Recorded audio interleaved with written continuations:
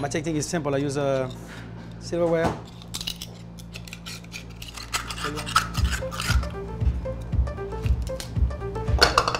And then I use a spoon. Live scallop. You know, so they're all using the different professional knives, and you only need this. Yeah, I don't do this every day, but I really enjoy put my hands dirty once in a while, you know. Just be in touch with the guys because they're really the backbone of the kitchen, you know, the backbone of the restaurant.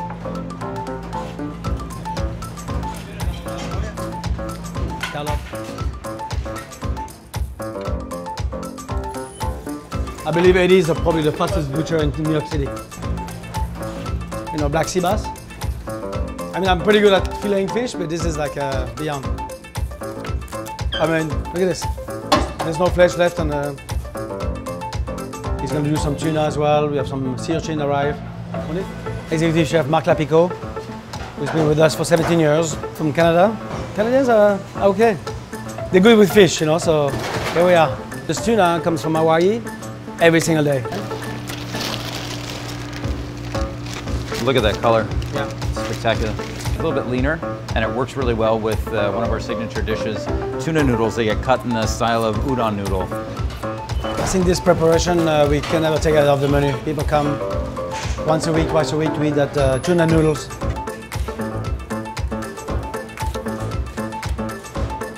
You have to really have a good knife skill for this.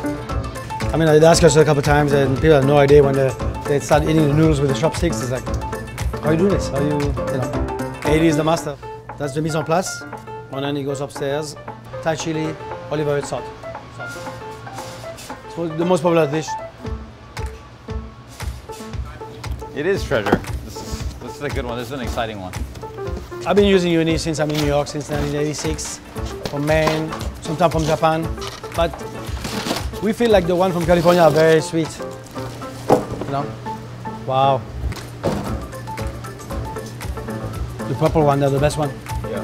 Wow, look at that. We're so lucky, like out of the water from the other side of the country, and you know, this morning they're here. In an hour they're going to be on our menu. Sometimes people have no idea what it takes to bring that little uni on a toast, you know, flying them in, open them up, the labor. For us, product is key. Yeah, that's the #1 thing. We've sold tens of thousands of cookbooks. No one's ever replicated this restaurant, and I think it's because of, you know, the sourcing of the product, and then we have a fabulous team. So winter's sometimes a little bit tricky. There's not a lot of great fresh product in the local vicinity, but the very good thing is it's truffle season. Right now we're gonna go through a shipment of black truffle. I mean, the aroma is spectacular. You know, you can see, check it. Whoa! This is one of those relationships that we really tried to cultivate. These guys know as soon as they clear customs, they come directly to us. That usually gives us a large lot to choose from. Is that true or no? It's true. Saving $5, $20, $100 a pound of all the places to nickel and dime, in my opinion, this isn't it. Same thing with caviar. So this is arguably my favorite part of the day, or at least checking in product, mostly because I love eating caviar. We open each of them, taste each of them.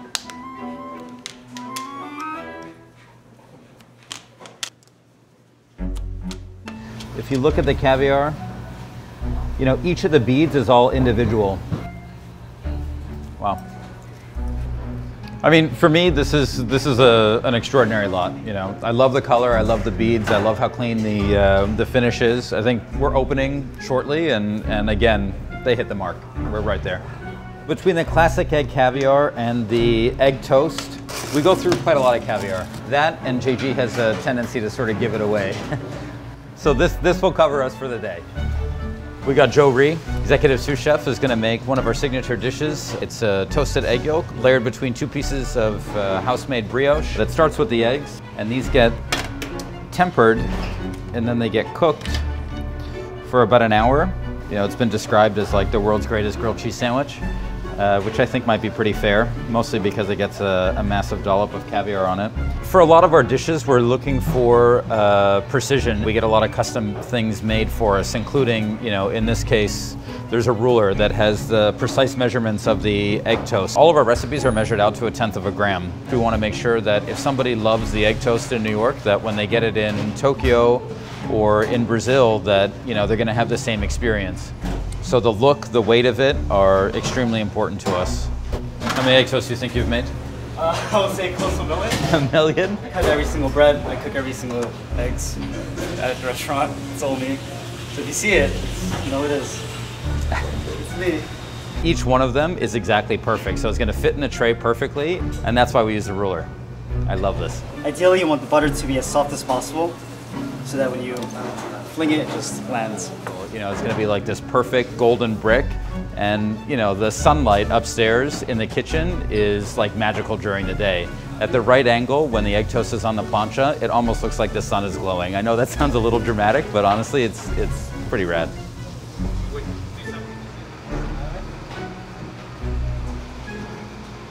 See, now when you look at it and it's like that perfect brick, this is the reason for the ruler. You know, that is the precision. Love this Rez. This is like, you master that, huh? Trying to, chef. When this is cooked, the brioche is golden. Little sea salt, herbs. Spoon of fresh caviar. And I think the texture of the crunchy, the creamy, hot, cold, salty. It's a 10. So we have about 40 restaurants around the world. But this is the flagship. Jean-Georges is the flagship. When I'm in New York, people see me every day here. At least 10 hours a day, so. Guab just came. This restaurant is really the hub of the creativity. That's where we create all the recipes and then we export them around the world. I would never put a dish on the menu if I don't test it, and if I don't eat it from A to Z. So we think about what... I was thinking smoking it whole. Chef Greg Brennan is our culinary director who develops all the recipe for us. I mean, right now we're working on a squab dish. We don't have a sauce yet, we don't have a condiment yet, we don't have a vegetable yet. And that's where it starts.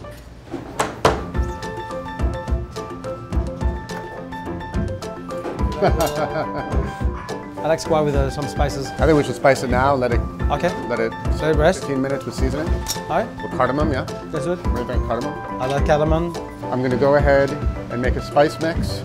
And what I normally do in a process like this is I'll make it for 1, in this case 4. If we like it, then we just scale up the recipe. But I weigh everything as we go, so I don't ever have to try to get back to something. What do you think? Oh yeah. Right? So check this out. Greg made a spice and salt blend. I mean, it already smells good. Basically, we've got 4 of them because I think we're still negotiating how this whole dish is going to play out. We thought about frying one, sort of like a Chinese technique. We're going to roast one of them whole, and then I think we may break one of them down and broil it underneath the salamander. Definitely think that we're on the right track. Cure 20-30 minutes just to set it, and then smoke. Our menu here changed about 6 months ago. We had a lot of vegetarian. I mean, 20% of our clientele, they ask for plant-based dishes and etc. So we decided to really go in that direction. All the deliveries are starting to come in. We're working on a new dish, Caraflex cabbage. Here we have your Caraflex and your celery root.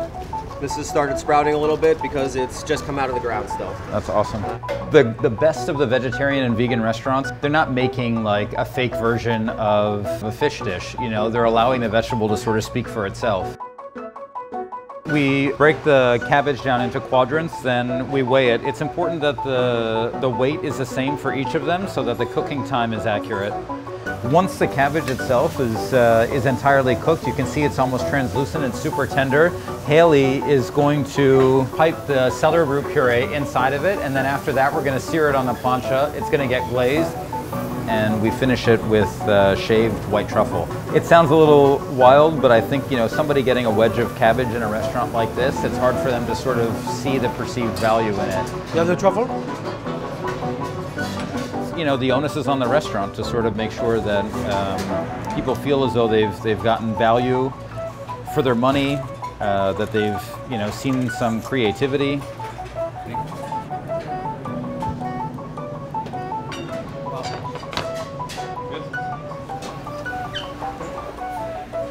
So little chef challenge here with Greg and Mark. One's gonna be fried, one's gonna be roasted, one's gonna be broiled. So different flavor, different texture. We didn't really think it was a competition, but okay. This one will take the longest. 12 minutes to cook and 3 to rest.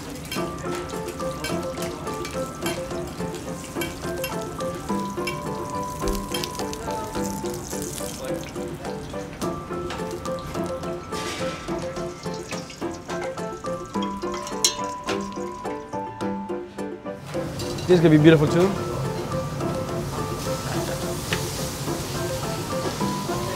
I mean, the other ones are cooked on the bone, so it's always more flavor from the bone. This is gonna be a little cleaner, but faster for service. So when you add a little bit of butter and you're getting ready to baste it, when it starts to get sudsy like that, it's like the perfect temperature. The milk solids haven't caramelized yet. You're still getting a little bit of that lactic flavor.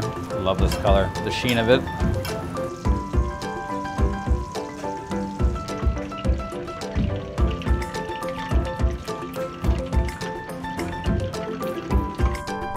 So we'll try the fried, the roasted, the broiled, see which one brings the most intensity, right? yeah, exactly what it is. This is the fried? Yeah. Fried is super juicy, succulent. Yeah. This is the broiled.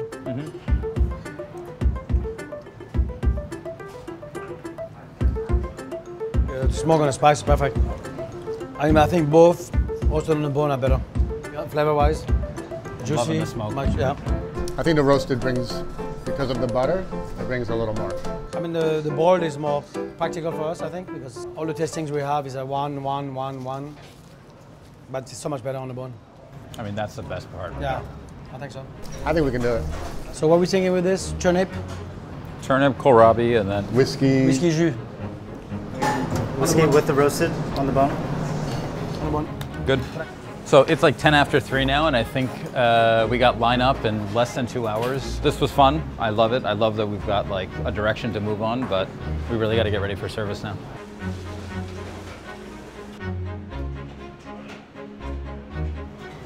So this is Baju. She is a chef de partie on the fish station, and one of her tasks is to make the buckwheat crepes that we're later going to wrap our langoustines in. So we start off with a little bit of an excess in the ladle and then dip off the rest. And the biggest reason for that is you want the crepe to be very, very thin.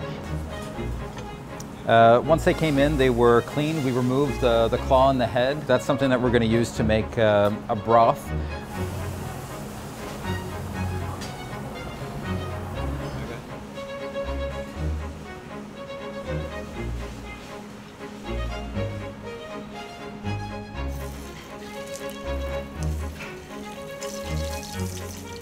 Just nice and crispy on the outside, and that's kind of what you're looking for. It's almost like a cast.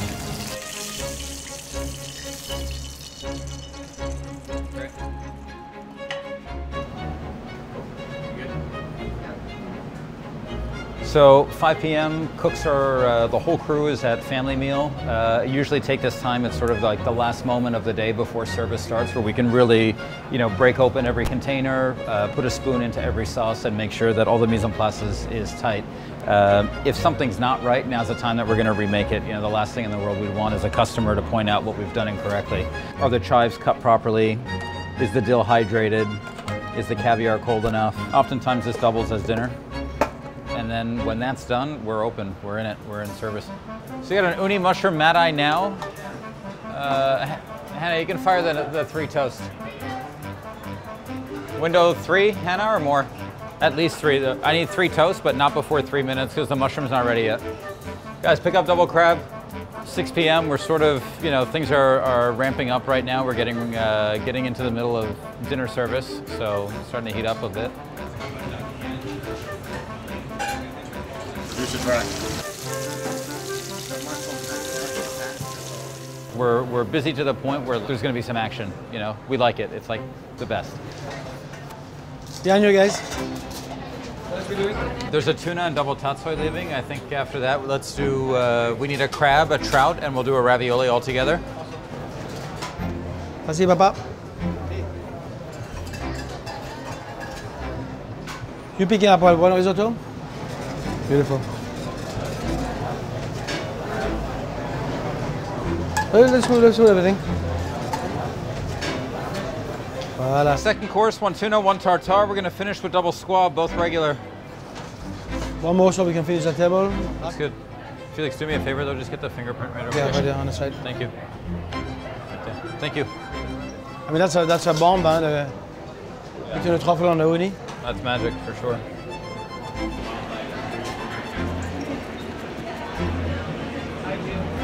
right, so now we're doing trout or ravioli and king crab. Yeah.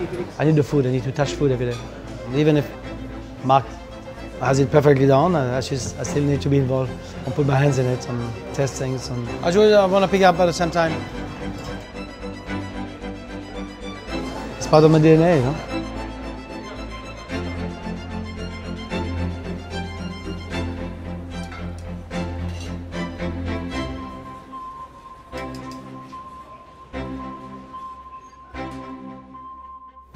All right, let's get started. This marinated short rib is the last portion of our butcher's feast at omakase, and we call it the meat dessert kind of. It's sweet, crispy.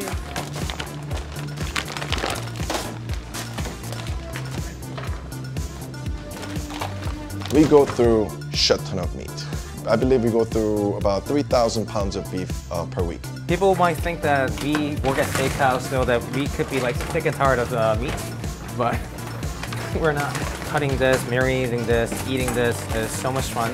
But a lot of time too, a lot of time and effort. And what you're gonna do is just push both of them together and you're just gonna work your way down. Short rib is considered like not like a super high-end cut, but the reason why the short rib is so expensive is because it needs a lot of knife work. You know, unlike conventional steakhouses, we need to create a lot of fermentation process, which takes meticulous. You need to clean it really well. You need time to age it. It means shit ton of work. There's a nice feeling about taking this clean off like this. I mean, I guess if you do this long enough, you just kind of get into the groove and something just feels like, oh, that's a nice cut, that's a clean cut. So this is cleaned from here. We're just gonna take this down. Once you cut this in half, you'll really see the marble. People think that, hey, like you cook every meat on the table. Little do they know, you know, it's definitely a very labor-intensive operation. Final butchering stage of the short rib. It's gonna be scoring on the diagonal, just like so. Making sure that we're not cutting all the way through. And then we're gonna flip it around. Do the similar thing, don't cut all the way through. And if you do it correctly, once you pull it out, it should kind of do a little stretch. Short rib usually are prepared as a braised item, longer cooking techniques, but if you do this with the correct marinade, you can cook this under like 4 or 5 minutes and it'll still be very juicy, tender, a lot of flavors, and it kind of stretches like an accordion. So like for me, like this volume from the get-go was just a normal day. Mountain of short ribs for sure. As a chef, like having really great product is something that's not granted. It just makes me really proud. When you look at a swan, you know, gliding through the pond, you know, they look so graceful. Underneath, they're paddling like hell, you know? And I think that's what our operation is. So after this, we're gonna put it into our carby marinade that's made in-house with all of our lovely fruit juices. And it sits in the marinade about minimum of 6 to 8 hours before it's served. All the food that we do over here, there's nothing that we can make it on the fly. If we don't pay attention from the beginning, then the result is wrong, then we can really like fast forward anything. So after the short rib, we probably have another like 6, 8 more cuts to cut. It's a morning of butchery today. A lot of times when you look at Cote, it's get lit and have a lot of fun. But, you know, you can't achieve that without genuinely putting in the time, the muscle, the sweat, and the tear. Yeah, so right now these guys are preparing for dinner service. The sink on the right is our scallion salad mix, which goes to every table. They julienne or cut the scallion with our scallion machine, and to cut scallion like this by knife will take us days, a week where it broke. And we had to, like, there were 6 of us with knives just trying to julienne this for like hours. That happened to me when I first joined the team. Like, it was a Friday night, Saturday night. I don't want to go back. And you just gotta see how dense this thing is. It's just like, whoa, I can't even pick this up. These guys are probably going through like 4 or 6 cases of scallion, 5 or 6 cases of lettuce, and this is on a daily prep so we can feed our guests a lot of vegetables. Cote is a steakhouse, but we are also a Korean steakhouse. I'm from Korea, so is both of our chefs. So it was a very important mission for us to bring forward authentic flavors of Korea. So this is the first process of making the kimchi. So we take the outer leaves that are a little bit wilted. And what we didn't want to be is this kind of a westernized, Americanized version of Korean flavors. And usually the stem is the part that gets salted the least, so we just crack it open so there's more area for the salt to penetrate. Salting is the most important part. If you mess up on the salting, the cabbage won't eat the marinade so well. And instead of being crunchy, it's gonna get a little bit mushy. And that's when you kind of fail. So this process, there's no cheating. Like there's no fast forward for this one. Like literally every single leaf has to be salted. If you cheat, you waste There's no going 10 back. to 14 days worth of your time. Right. So this is called a Tacinelli, which is a 1,000-day aged salt, which is typically like super coarse. In Korean, there's a terminology that says 손맛, which is your taste of your hand. It's a key aspect of Korean cuisine because a lot of the recipe says taste of the hand. And usually when we do kimchi in Korea, usually like 3 moms are like together and they get like piles of cabbage.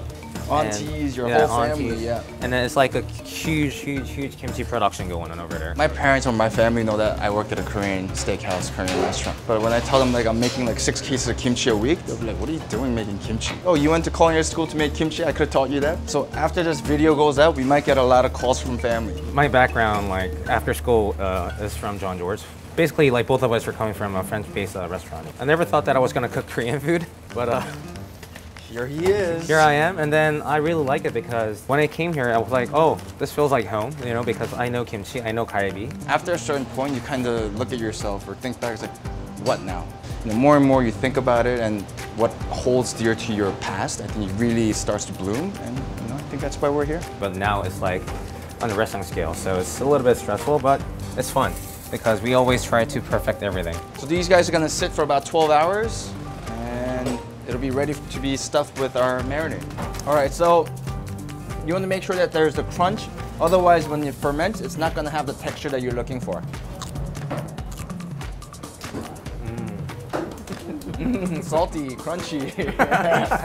Everybody can scoop to their hotel pans, and we're going to stuff it just like the salt, making sure that we get in between each leaves.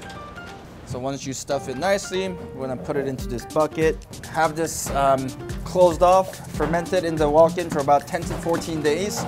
2, 4, 6, 8, 10, 12, 14, 16, 18, 20, 30 buckets of kimchi at a time that's being stored in the walk-in. It's our, you know, our secret sauce, right? Sourcing to us is probably one of the most important things. So right now we have 2 kinds of caviar on our menu. We're actually looking to expand our caviar program. Owning a restaurant, we get to taste a lot of different things, but tasting caviar, it never gets old. You know, this is definitely one of the greater perks. So I brought in 6 different kinds. We want to bring really difficult to find caviar. You know, having a great relationship with your vendors really helps. I mean, ideally, I'm looking for something that's actually gray, you know, with Gray. almost like a white hue to it, you know, like grayish white. Oh, you I know? see. But our restaurant is a little darker and moodier. That kind of lighter pop kind of brings that kind of excitement to the table. This is the hybrid that we already currently serve. Oh man, that's so delicious. There's a reason why we use this, huh? And I have brought in today white sturgeon from California. And I also brought in another species that's a Siberian from Uruguay. If you want to taste it, taste a lot, right? So you Yeah. can actually taste the whole thing, right? All the big Why- chefs do yeah. that. The next one, you should try the Supreme. Supreme, yeah, it's white sturgeon, and it's very aged. But it's very pleasant salt. It's not that kind of bitter salty. The next shipment, I'm gonna send you something. I have to really pick. When I open 10 tins, maybe Yeah. 1. I want big pearl, different flavor profile, kind of gray with the whiter hue. If you Okay. can create that. I can create that. I'm gonna start raising new fish. Xiaoxing, thank you very much for coming. It's a Always pleasure. So all the trays that you see they're building, this is a big part of the morning production, and our opening runners and the prep team, they really get into this banchan program hard. This is for every table that's gonna be dining with us tonight. Kimchi to pickles to sesame leaf.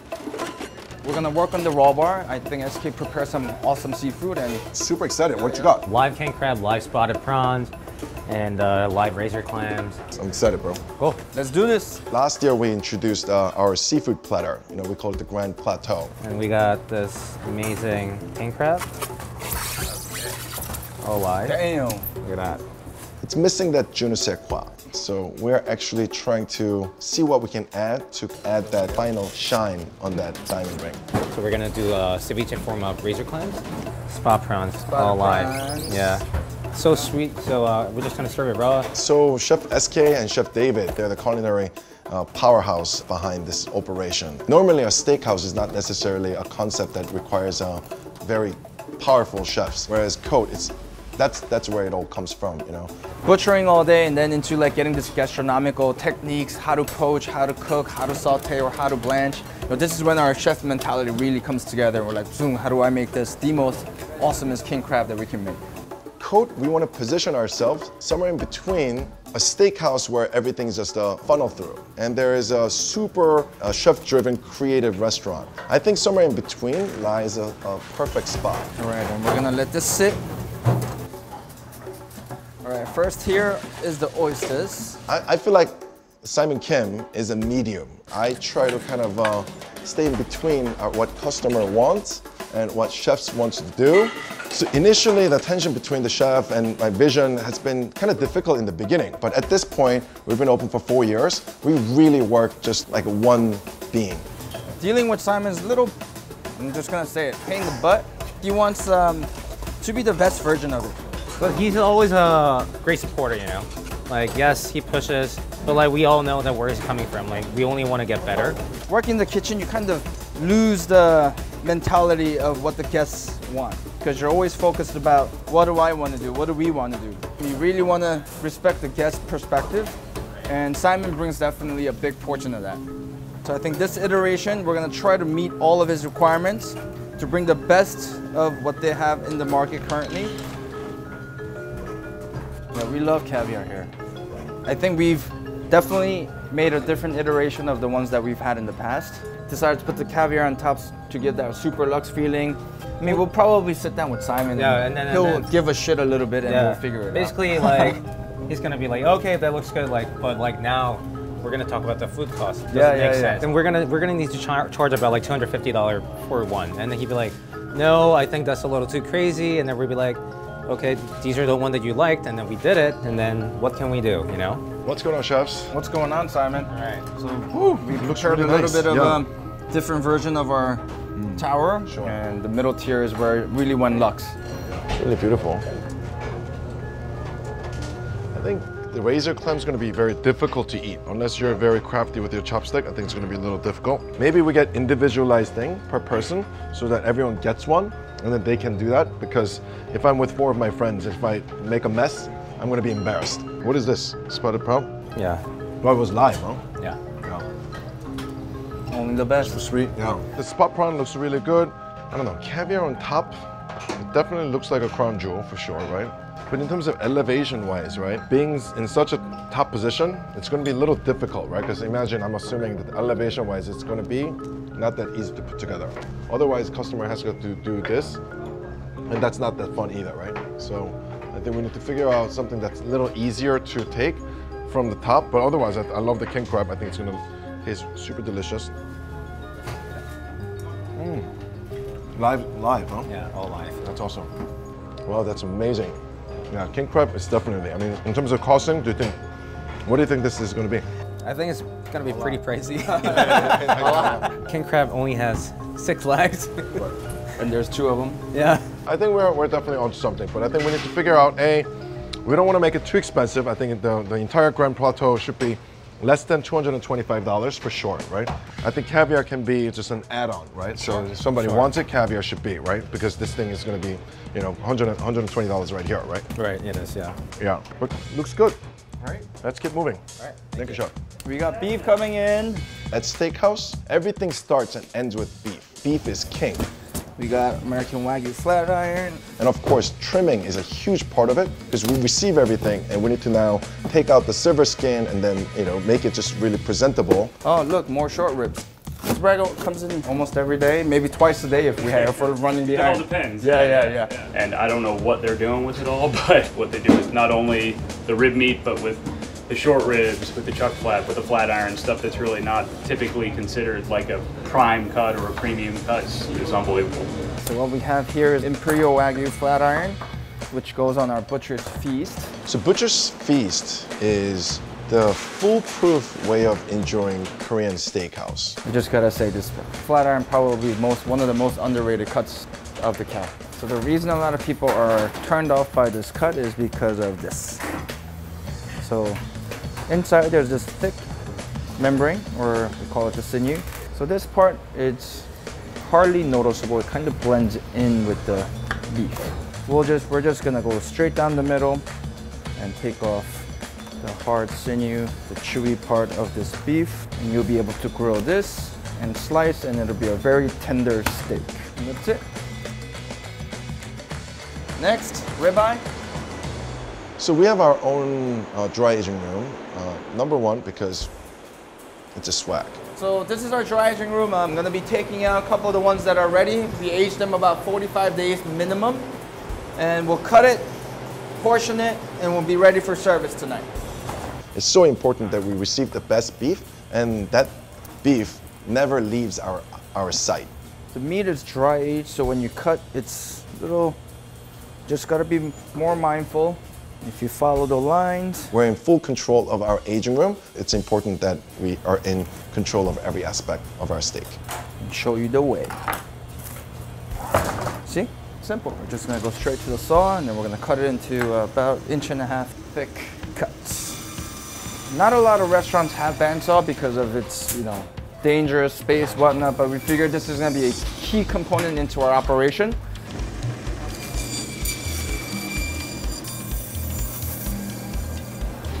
And all of these are good to go. And what Victor's gonna do is he's gonna scrape off this fat, and he'll clean it up nice. The next step after this is we use this part of the fat on the grill. So when we butcher, normally we will take this part. Next, we'll take this off the bone. So this will be used for the butcher's feast, and the cap or the spinalis will be used for the omakase. All right, we have the last part of our butcher's feast, which is the hanger steak. You know, back in the day, when you go to a Korean barbecue restaurant, you needed to go with a Korean friend.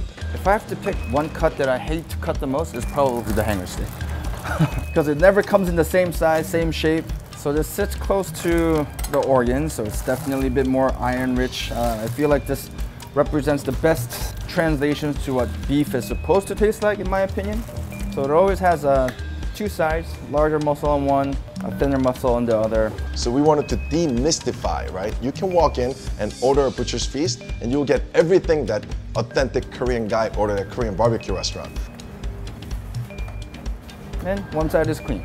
You know, many houses, if you were to cook this in-house, I think it's okay to leave a little bit of the gray on.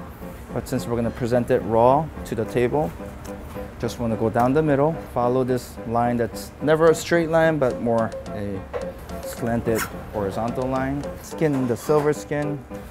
We like to wrap the beef. I think it definitely absorbs the blood, which prevents it from oxidizing. But at the same time, I think it dries the beef a little bit more, which gives a nicer crust. So this is gonna be our butcher's feast board for 4. So what we wanna do is make sure that it is thick enough so that they can grill. This is the hanger steak. Next, the ribeye. So Cote is kind of perceived as a fancy restaurant, because it is. You know, we have the best beef that money can buy. Flat iron. But if you came here and only ate butcher's feast, you can be in and out at $58 per person. And then the marinated short rib.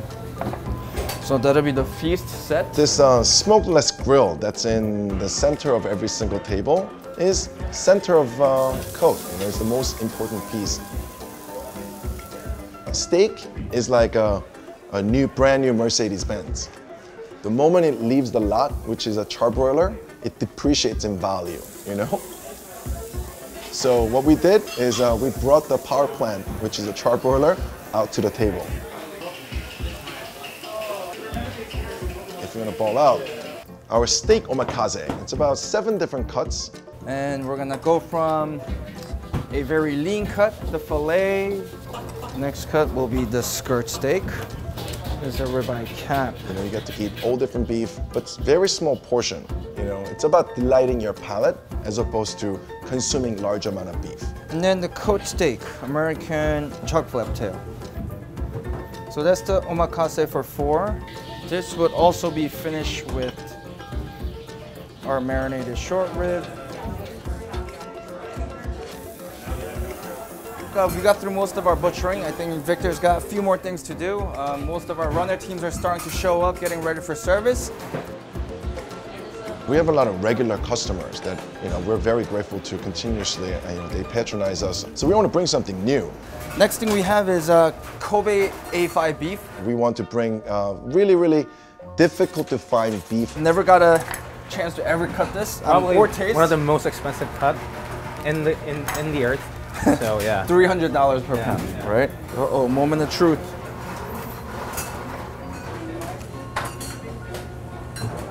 Whoa. So we have the Miyazaki that we serve currently at Cote, and this is the Kobe ribeye. So that it doesn't flare up, I'm gonna trim this fat a little bit. Shall we? Excuse me. All right, so we got our charcoal grills ready. Only thing we're gonna do is a little bit of salt. So all of these things that people have heard of it, we want to be the one that actually taste it and vet it. You know what? I'm gonna pull this as is. And make sure that we bring value and quality to our customers. I'm kind of nervous to cut it, but you know what? Let's try it out. And 99.9% of Kobe in America are not really Kobe. This is actually born and raised and slaughtered in Kobe. This is my third time eating Kobe beef. Third time? So, wow, lucky you. Huh? First time for us. All right, let's do it. I'm gonna do actually Kobe first. Yeah. Okay. Exploded and disappeared. The fat is really light, right? It's not super. As very different. Yeah. I mean, if you even see the cutting board, the amount of fat that came from the Miyazaki compared to the Kobe is completely different. This just eats so much smoother, or it does. It doesn't really feel that much strong on the fat, right? How much more expensive is this? Double. It's double. Okay. So the question is it worth the double the price? I'm not 100% sure yet. I think what we should do is we can just feature it, let's special it, and see how our customer react to it, and then see how that goes. Very excited about this. So it is 4:30. Chef started putting final touches on his Mise En Place in 30 minutes. Guests are going to be lining out the door, so we're going to get busy. So thank you. Yes, we actually have a really exciting thing that's not on the menu right now. We actually got some Kobe beef. I believe it's going to be $64 an ounce to send you off. A lot of new staff here, right? It's a good amount, right? So there's a lot of information to learn, right? But at the end of the day, hospitality is about making our guests happy. The hospitality of pleasing people doesn't start at 5 o'clock, but it starts now, right? We please each other. We create a culture where we are constantly in habit of making each other happy. And when the 5 o'clock comes, customer comes in, it's natural for us to make them happy, right? So much love. Thank you.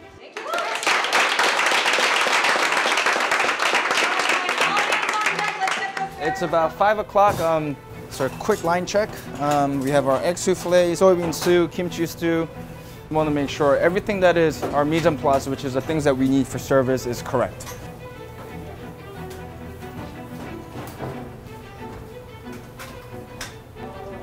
We might have to season the kimchi stew a little bit.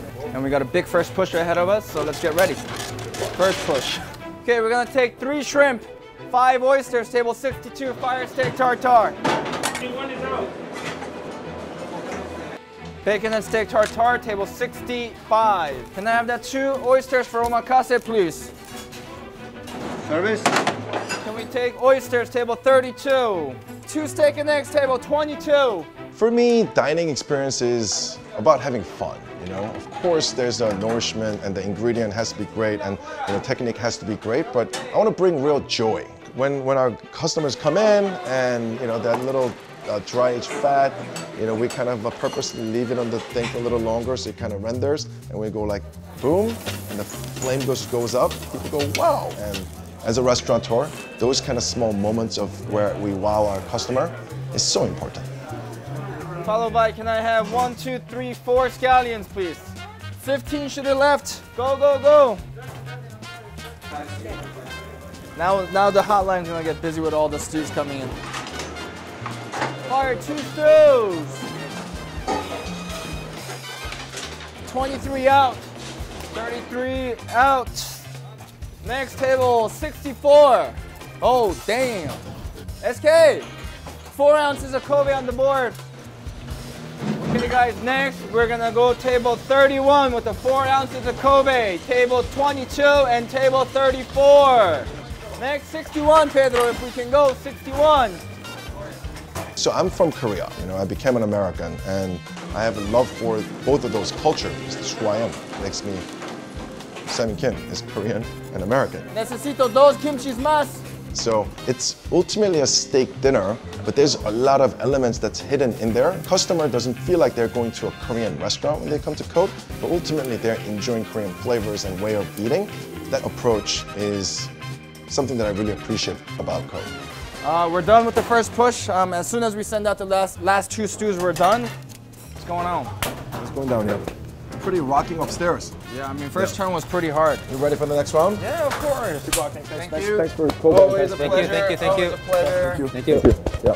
Thank you, Junior. When our customers leave Cote, I want them to feel like they had the best time of their lives and they ate the best freaking steak that they have ever ate. And I think that's it, simple. They had the best freaking time and they ate the best steak in their lifetime, and let's do it again. The fish is downstairs too, so they both just got here.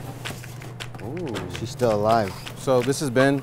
Ben brings our stuff from Regalis, which right now we're receiving crab, Norwegian king crab, still pretty alive and she's pretty spunky today, and also some Perigord truffles for us today. Now, I feel like we're one of your only people in this neighborhood, like immediate neighborhood. The only person. In this the only person? Yeah. Ordering 4, 5 for tasting, 5 for snack.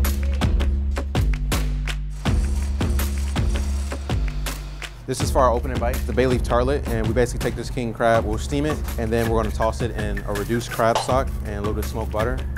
Make sure you tuck them wings in, cuz she's trying to get out of there. You gotta tuck them wings in. I mean, I think Brooklyn naturally gives you a little bit of an underdog kind of feel, but we also felt that even more being so tucked into the neighborhood that we had to really fight for people to discover us. All right, so where you at right now? So I'm about to blend this bouillon, and then I'm gonna go crab, steam it, and break it up. Break it down, okay. We get about 2 days, 2 services out of 1 crab. Like I said, you wanna make sure people get like crabs, you know? We don't wanna say like, hey, we're using this really sick crab and only give people little bites of crab, you know? Make sure it's nice and chunky.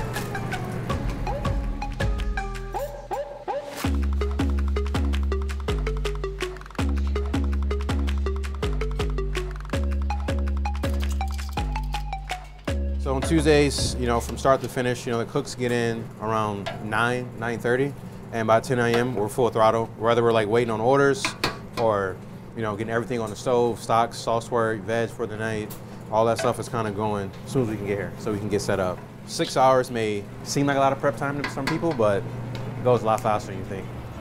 I thought I had 2. Yeah. Yeah, this is the first one of the day. Like until we get the fluke in and get all the fish clean and processed stuff like that, we kind of are just kind of waiting. Everything we try to get as whole as possible, and then we take it over here to the dish so we can get it scaled, clipped.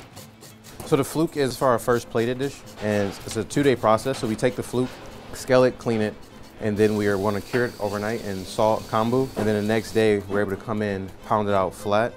It's really important that we get it going early because it needs to cure for exactly 24 hours before we can start the next phase of the dish. The fluke was the dish I was the most excited about coming into it. Decided to treat the fluke as if it was like a spring roll wrapper. Every day we bring in a fluke, so we're always a day ahead. So even on Monday when we're closed, we got a fluke in yesterday, someone comes in to process it so it can be ready for a Tuesday night service. Cleaned up fluke. I will pass it off to Chef Max, because he is great at butchering fluke. He was feeling himself from yesterday. Apparently he nailed one, so he's gonna do it today.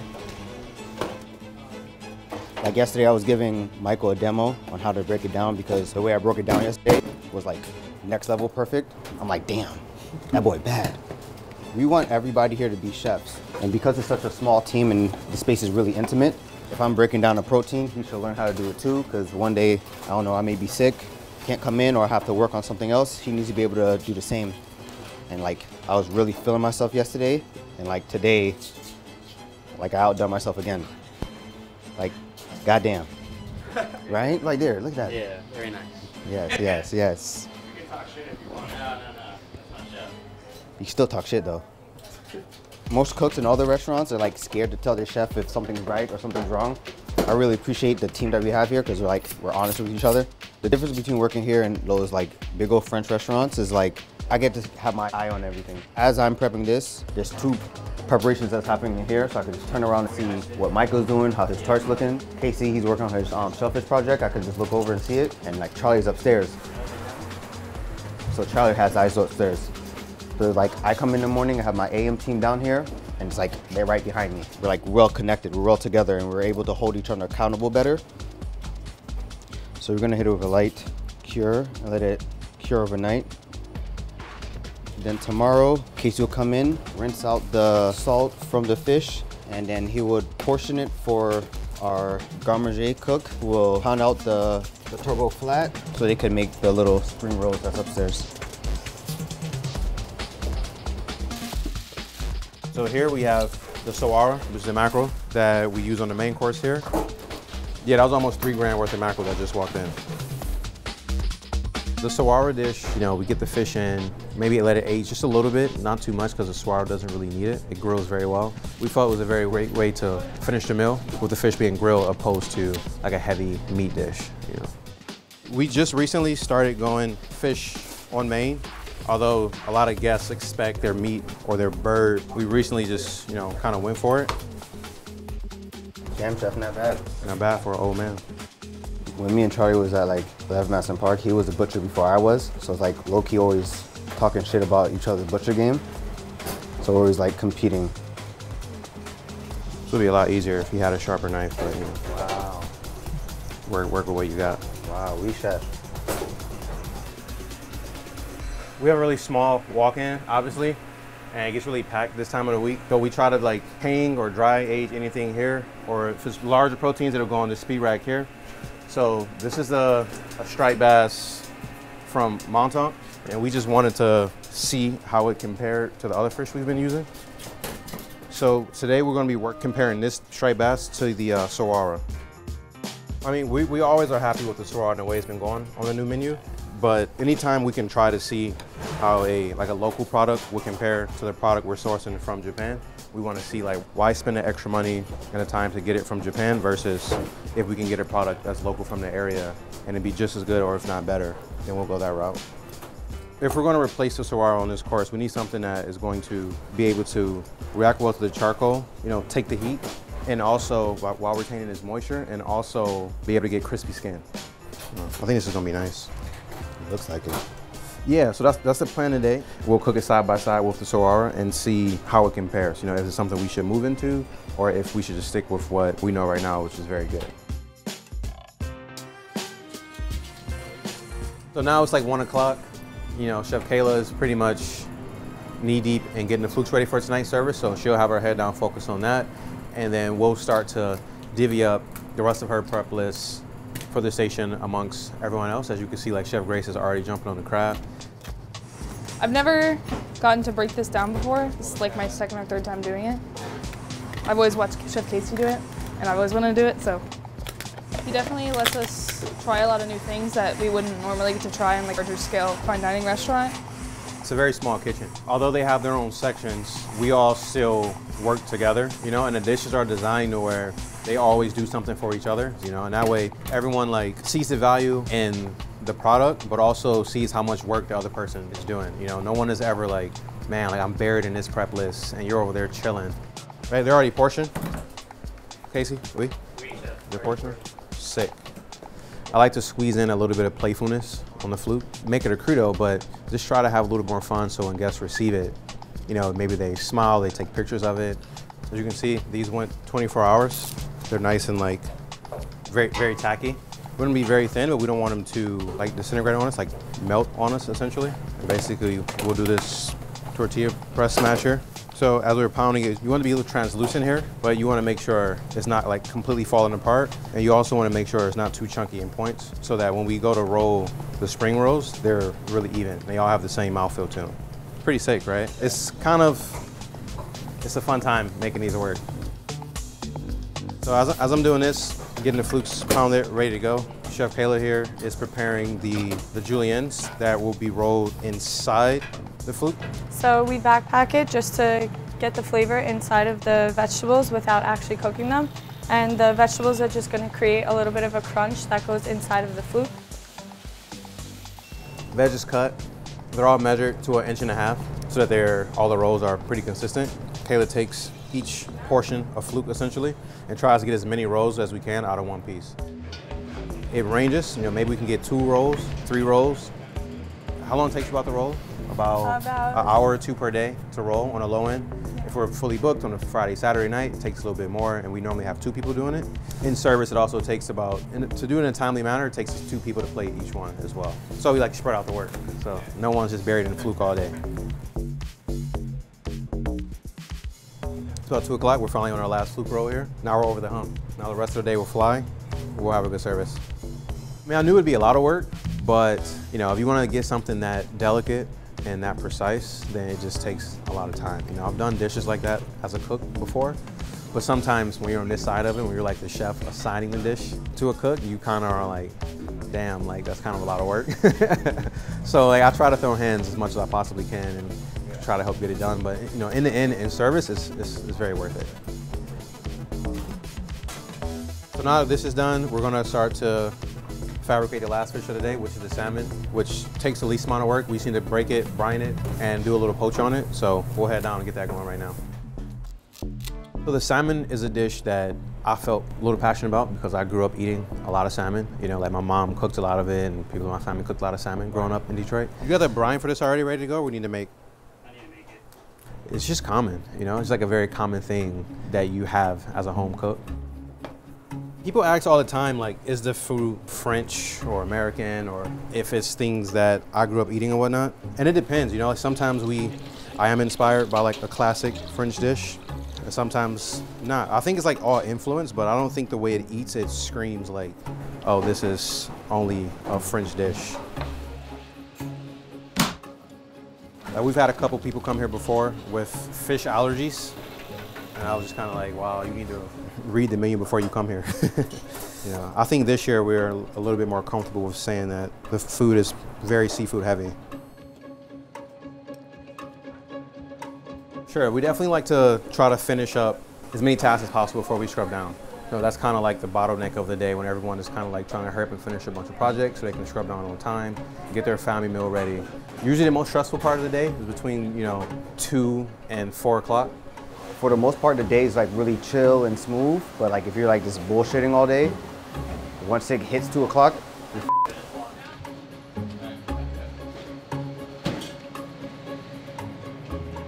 Now it's about a little bit after 4:45. Family meals all over, all cleaned up. But before we go all the way into it, we're gonna test out the fish for tonight, comparing this striped bass to the Saguaro. We cook it, like I said, over the charcoal here. Pan spray, because we love that shit. And it helps stuff not stick to it. So this is the striper that's been aging for a week now. Like I said, we really just want to see how it reacts to the charcoal now that it's lost all of its moisture, and if the skin can get as crispy as we feel like the Saguaro will here. So we'll just cook them side by side and see how it goes. And this is just a little bit of fat that we kind of make up ourselves. A little bit of animal fat, oils. And we use this little guy. We don't have the fans that chefs put in their back pockets. So we'll hit it a little bit, and then we'll let it chill, relax a little bit, and then we'll go right back on with the striper. People expect something that's, hearty, or usually like a red meat or bird, or meat sauce at the end of the meal. And we want to make sure this dish, doesn't leave you feeling like you have a void or wanting more, something that's hearty, balanced but well-rounded. This one we'll take to like, a medium rare, and this one we'll cook it more through, typically on the bass.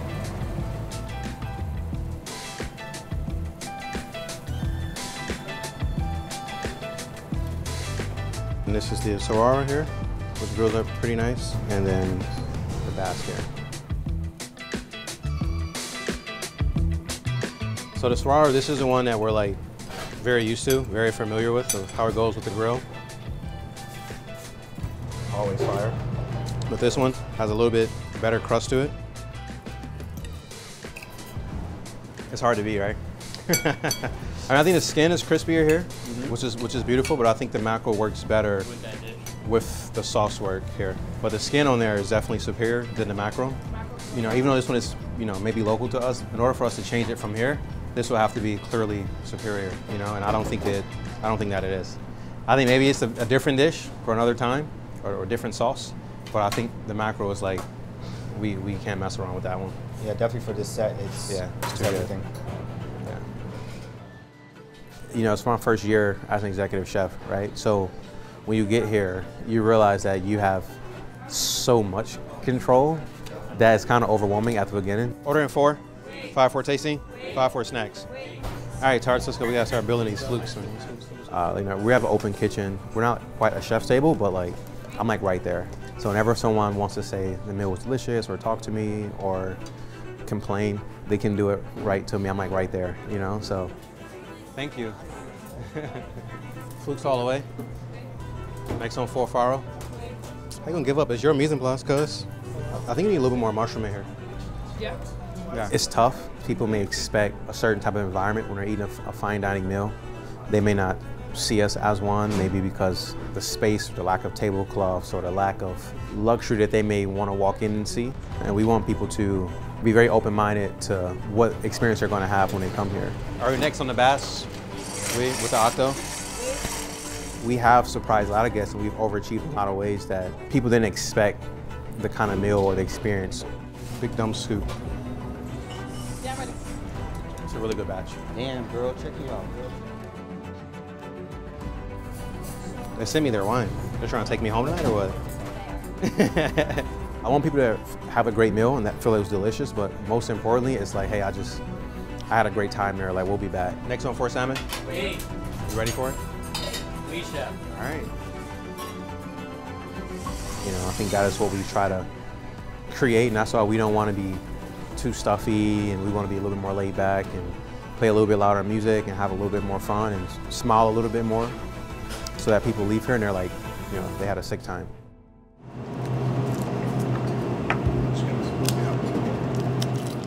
It's impossible to know exactly how much work goes into specific details, because sometimes there's so much work that goes into something that doesn't necessarily come across as an ingredient that we have spent a significant amount of time sourcing or a dish developing.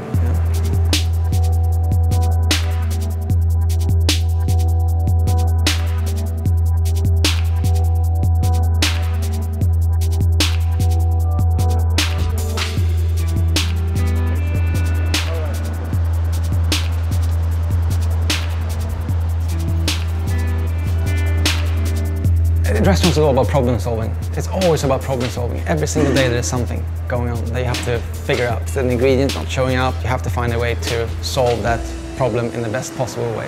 He's not there. Truck's here. So every day we receive a variation of seafood. Normally we receive scallops every day. Today we're not receiving scallops because the weather is so bad up in Maine where we get them from. I hope you're right. Yeah, good. So we're receiving hake.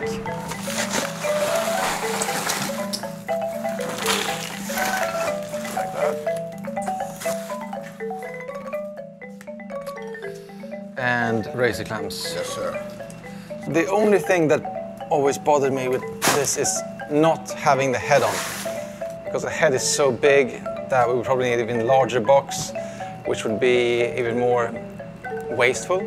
But again, looking back at what fish we would receive, 15 years ago, I think we're in an okay place. So every morning we like to get this bulkier work out of the way, cleaning the clams. I think the raised clam is a very good introduction to the menu. It's just like this sweet, delicious meat. The texture is phenomenal. It has like a little bit of a bite to it, but it's also very tender at the same time. Just like the perfect give.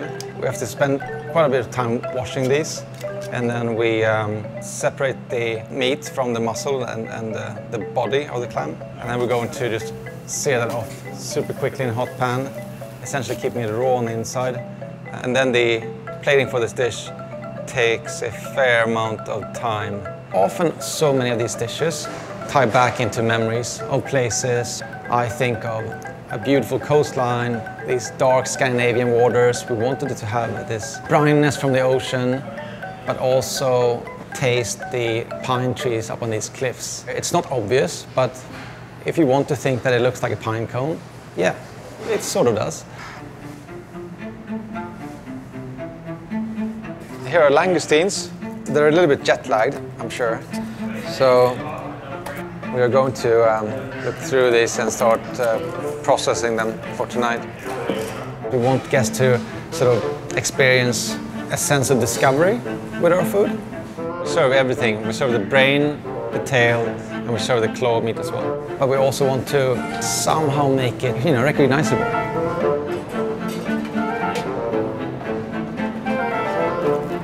So like this balance between discovery and the familiar. It's sort of like a goal that we want with every dish, to achieve with every dish.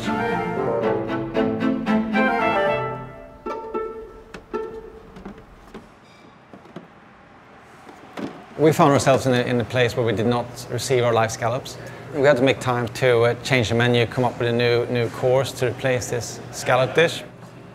We have this king crab from Norway. Receive them in alive.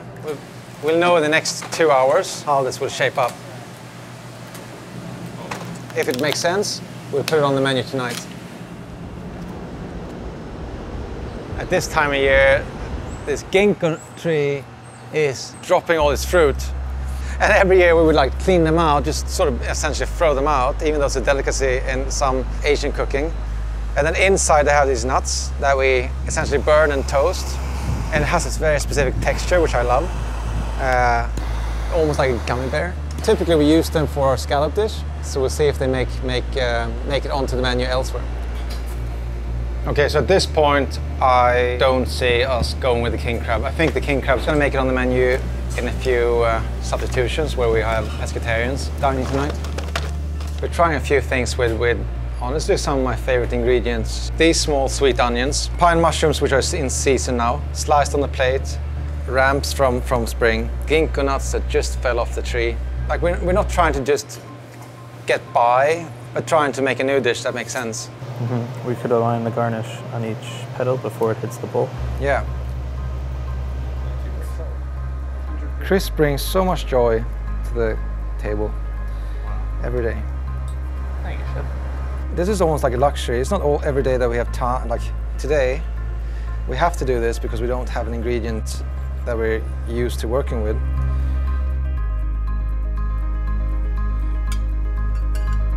We'll taste them and see what happens.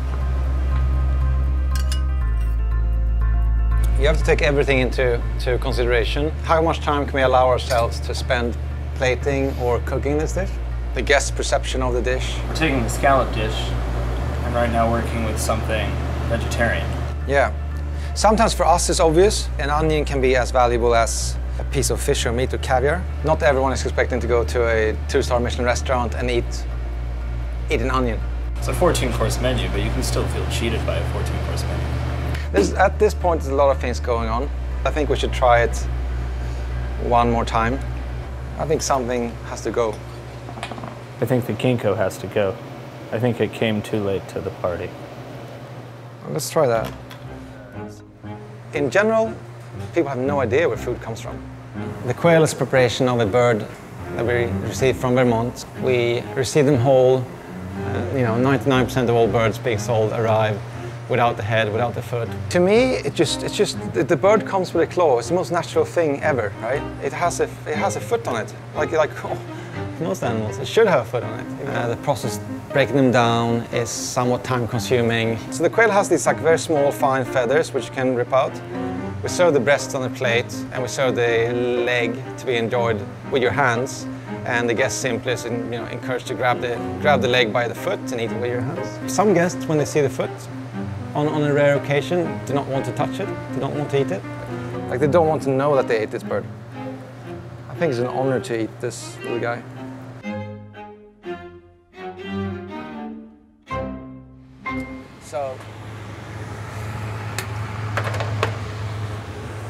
So these are birds that are aging. They have been here for a couple of days. It's a lot of work for one bird, but it's like why we do it in the first place. I think it makes the bird taste better in the end. They shrink, and when they lose moisture, the sort of aroma intensifies. And you can just smell these, and they smell delicious. When in the end you cook it, you have to be very, very careful not to overcook it and to serve it at the right temperature. You need the skin to be crispy, you need the meat to be perfectly medium rare. In the end of the day, it arrives on your plate being a rather simple preparation, but the time it goes into preparing that dish from start to finish is like a 10-day process. So what you consume in a minute's time may have taken many minutes or days or weeks to essentially assemble. Okay, so we have about 2 hours until the first guests arrive, and we are trying this dish for the 3rd time now. We made some changes, we removed our ginkgo nuts. It's just looking to see if you can actually taste all those things on the plate. It's like, can you taste the ramp seed at some point? Can you taste the pine mushroom? How do they work together? Great for bread. Yeah, I think it's super tasty. It's great, good, so we're good. So we need to process pine mushrooms, need to process onions. Does it always come down to the wire? And it's like this? Yeah, I mean, it's actually early. There needs to be a thoughtfulness behind everything you do. A dot is not a dot, a sauce is not a sauce. You have to be mindful with how you're using ingredients, how it plays in the context of everything you do. Even if initially the plating, it took a significant amount of time to place all these mushroom leaves and onion leaves and little onion petals in this bowl. By the end of service, a plating that took X amount of time probably took 1/5 of that time. In the end of the day, we just had to pick specific sized mushrooms and specific sized onion shells to make the dish make perfect sense. So basically by 5 p.m. every day, Mise En Place is supposed to be done. 5:30 we do a brief meeting. No scallop today, so we have a new dish on the menu. It's a vegetarian course, super tasty. Onions, and then a broth made from grilled onions and it's white birch. Right. Have a good service, everyone. Yes! And then 6 o'clock, we open up the doors. Then it's just essentially go time.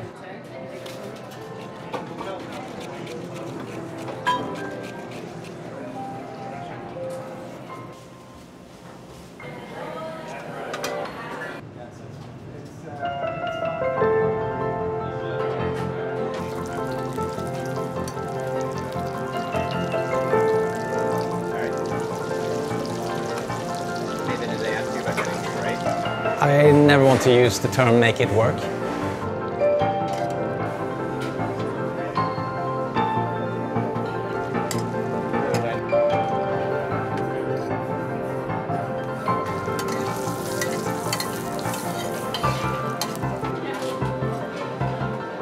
Yes, we will make it work, but not at the expense of anything else not going the way we want it to go.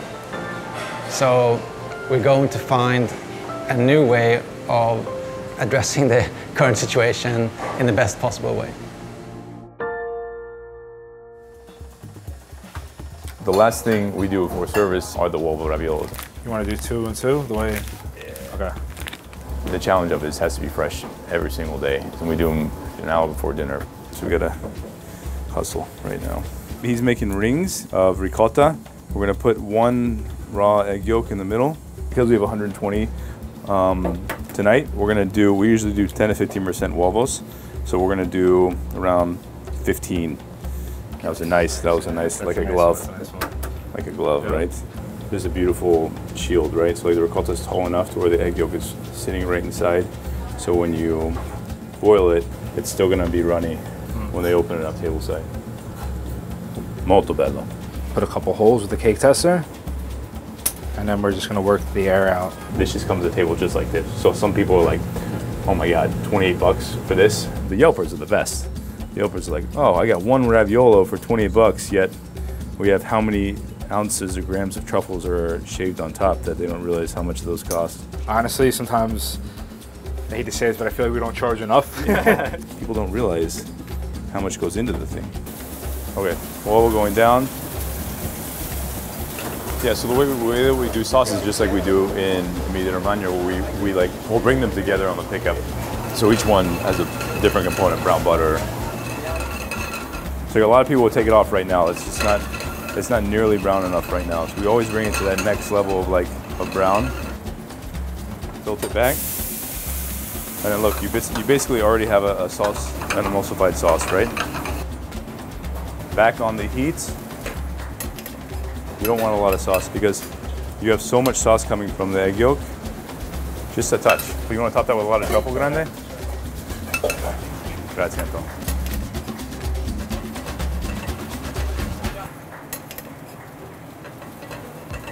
This is Rosita from Urbani. She's going to show us some truffles today. It's the beginning of Tartufo Bianco white truffle season right now, and we've actually been waiting for the whites to get at a certain level because we're going to do something on our tasting menu with like tagliatelle al mattarello. So we're going to roll the tagliatelle and then hand cut. The price this year is a little bit high, yes, because we have a small quantity.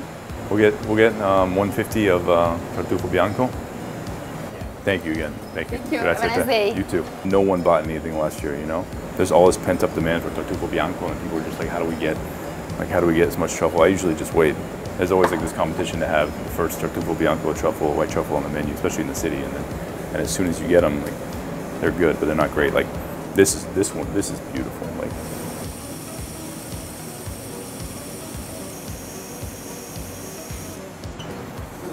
so we're just braising off the leeks for the capelletti or the grandma filling right now. This is actually one of the first things we do in the morning is we'll brown the leeks in when no one's in and get some really nice color. Our leeks have been browned really nicely. We're gonna put some fresh thyme inside, some garlic. We're gonna cover it with foil right now.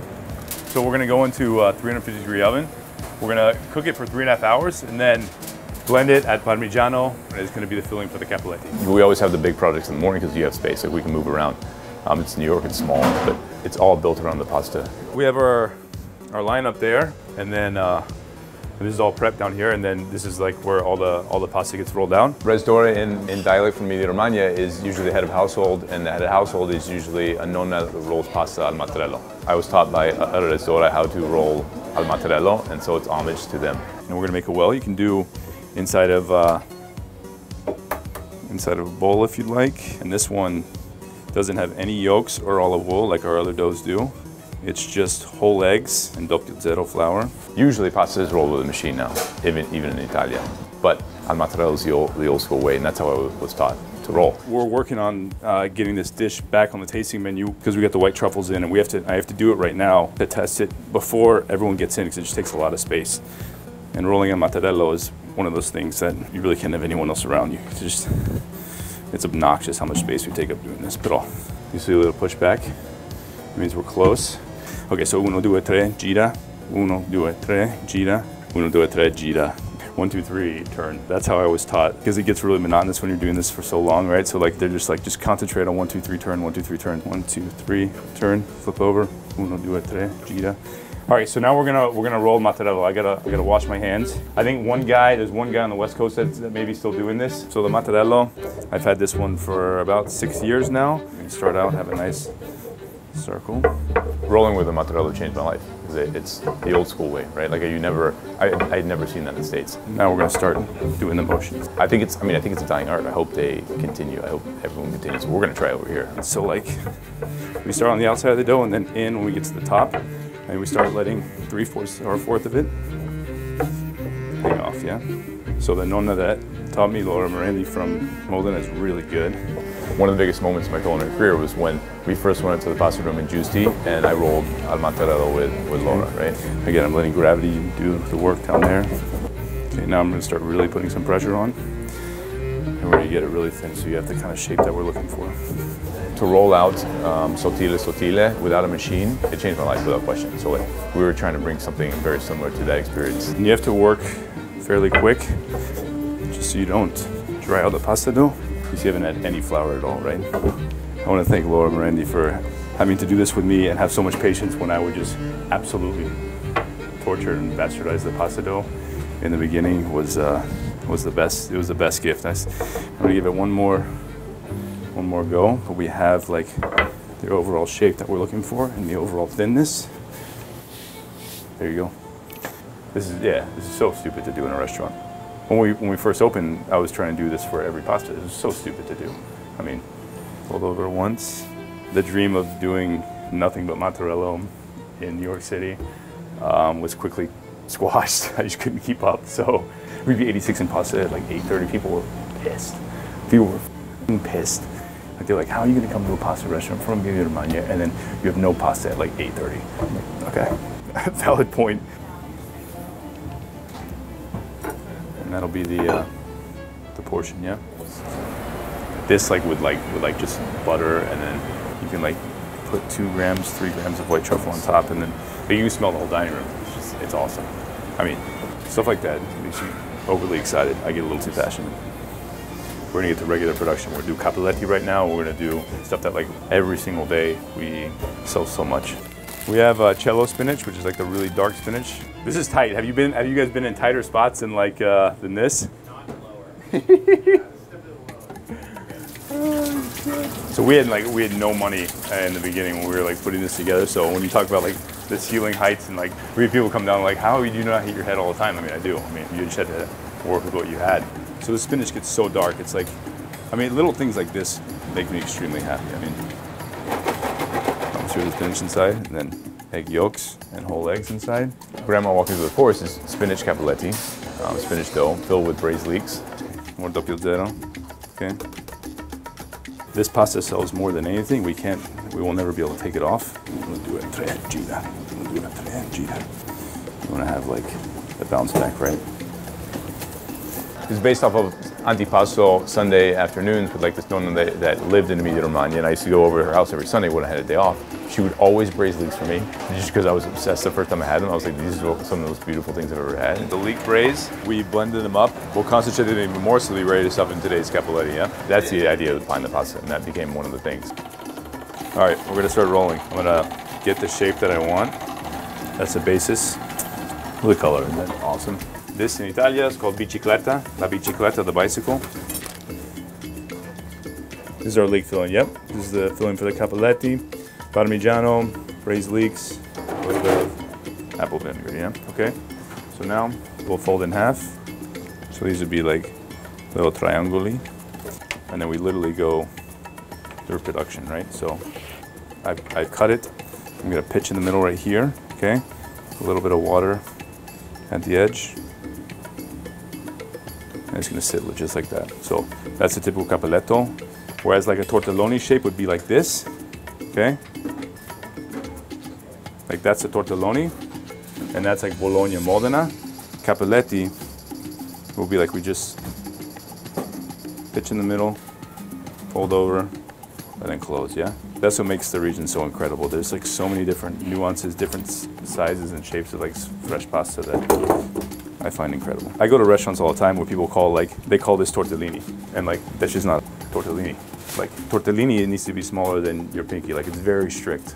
This is a tortelloni, O-N-I, so it's supposed to be, it's larger, right? That is probably the one thing that really drives me crazy is when people call a shape like this tortellini, and it's nowhere near a tortellini. But like, I want people to eat this and be so happy about what they're eating that like, I mean, the tradition is up to us. That's up to us to kind of like take care. And it'll go right in the blast chiller right now and be off to the races. 3.5 minutes. I started leeks with a little bit of pasta water. Grandma walking through the forest is, we would go over there for antipasto, right? We'd walk in the forest, we'd find porcinis, for instance. Do a puree of mushroom. And we just tried to take 2 and 2 together because that was one of the best memories I had on my days off. Like it's like the best way I can translate how that experience was for me. Right when they start to kind of float, then they're close. Okay, cappelletti finished. Put it right on the heat for just a little bit longer. In Italiano, when we do this step and we cook it inside the sauce, we call it bello manticato. Deve essere manticato or bello manticato. Like this is like when all the when you see a really nice sheen on the cappelletto, yeah. And you see like the little pools of the sauce kind of just tucked away inside. That's like such a beautiful thing. Okay, so let's go to plate. A lot of people are just like, I just want to eat it, I'm hungry, which is fine too. But some people really think deeply into it and they get involved. We'll take one in the middle and then we have them all go in the same direction on the way. All about the little things. Because it's been so long to make the beautiful pasta, right? It's like Yeah, people ask why we're basing these dishes off of a name or like an experience or something. It's because, I mean, isn't that what a menu is in the end of the day for a lot of chefs or cooks? So it's just like a culmination of experiences they've had. That's it. Grandma walking through the forest, I mean, it's one of those that's, we can never take off. All right, so we have around 9 different pasta doughs that we use. This is the workhorse dough, right? This is the pasta gialla, the yellow pasta dough. I have olive oil in this dough. We have egg yolks and whole eggs.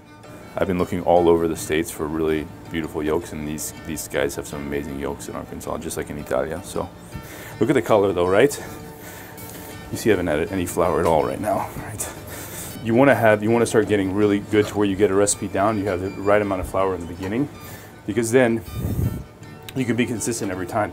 It's about 1 right now, and we're about to roll out annulini. So this is like the large version of the pasta gialla that we do. He's doing probably about 500 to 700 a day. 45 minutes, an hour, he'll have 500 annulini done. It's pretty incredible. Annulini, we do the traditional filling of prosciutto, mortadella, and then pork shoulder, nutmeg, parmigiano, and then we punch the discs out.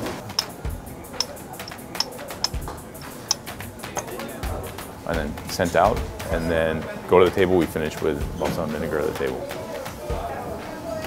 All right, so we've finished up the morning, and now we're going to start moving into like some of the bigger prep and bigger proteins for the PM.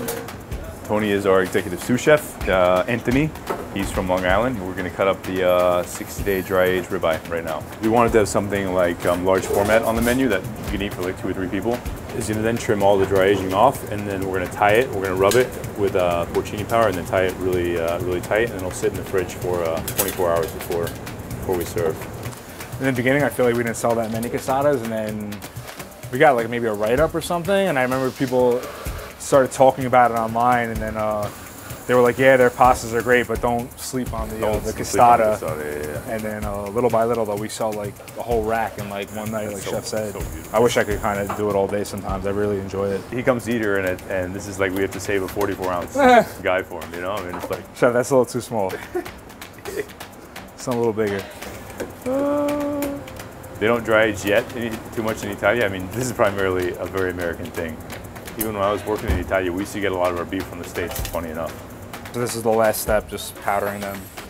Yeah, so traditionally I feel like a really good cut like this, dry-aged ribeye, I would personally not want anything on it, no sauce, no nothing. But I think this is Chef Stefano's way of making it Italian, so I think that's why he does it. Crab delivery just came in. We got a king crab, 10 pounds, and we're gonna get it in the oven and steam it. It's for girasole, which is a pasta dish we do. And this is gonna be the filling. This pasta, it's a tough sell because it's crab's super expensive, so it's an expensive dish. Now that everything's coming back, hopefully, yeah, we get back to normal and people let the good times roll again, for sure. We have it set at steam, so when you open it up, you gotta be careful. Otherwise, you're gonna get a steam facial. Okay. Hour and a half till lineup. He's about to pull out the crab. Yeah, I mean it's 3 p.m. right now. We have a lot to do. Probably a little over ambitious to try and get to the crab, but we're gonna do it. We're gonna do it 100%. We mix it with like the head crab fat and like a little bit of the lemon zest, and then a little mascarpone to fold in, and it's just really delicious. So it's the dish we're trying to bring back, and it's girasole, which means like sunflowers, and it's based on like my train ride from Modena to Rimini, and like seeing the sunflowers on the way. But you go to eat like seafood in Rimini, right? So like we're gonna do beautiful crab with it. Grazie, thank you. We put it before, and it didn't sell well at all. It's expensive, and it's one of those things that like I absolutely love. We have the regular pasta gialla here, and then we're gonna have squidding. We're just gonna mark real quick where we want the girasoles to go. This is gonna be the crab filling. The crab filling is beautiful. Not staged whatsoever. Not at all. Not at all. All right, so we just want to mist a little bit, okay? This is one of those that once this thing goes live, this will be like this pasta that hasn't been seen before, so it'll be copied. And we'll see it like in some places. Whenever it gets released, like literally 2 days later, it'll be on somebody's menus. Yeah. That always happens to us, but Always having sauce, but you saw it here first. So when you punch this one, the magic behind this one is you're gonna see both colors when we pinch up, okay? So we're gonna pull off the two pastas that we've cut all the way through, okay? This is why you never use egg wash to make any of these pastas, because always just water, because you don't need anything more. This, for instance, we can use later to roll out tagliolini or tagliatelle.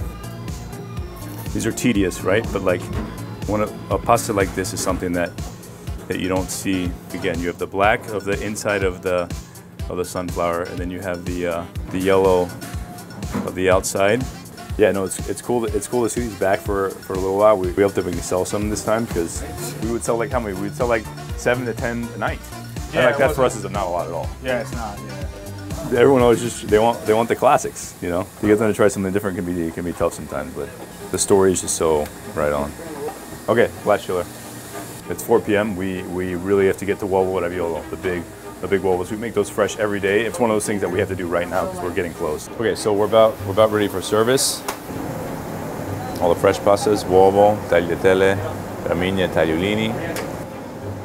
So these are the grandma, the capelletti verde that we did earlier.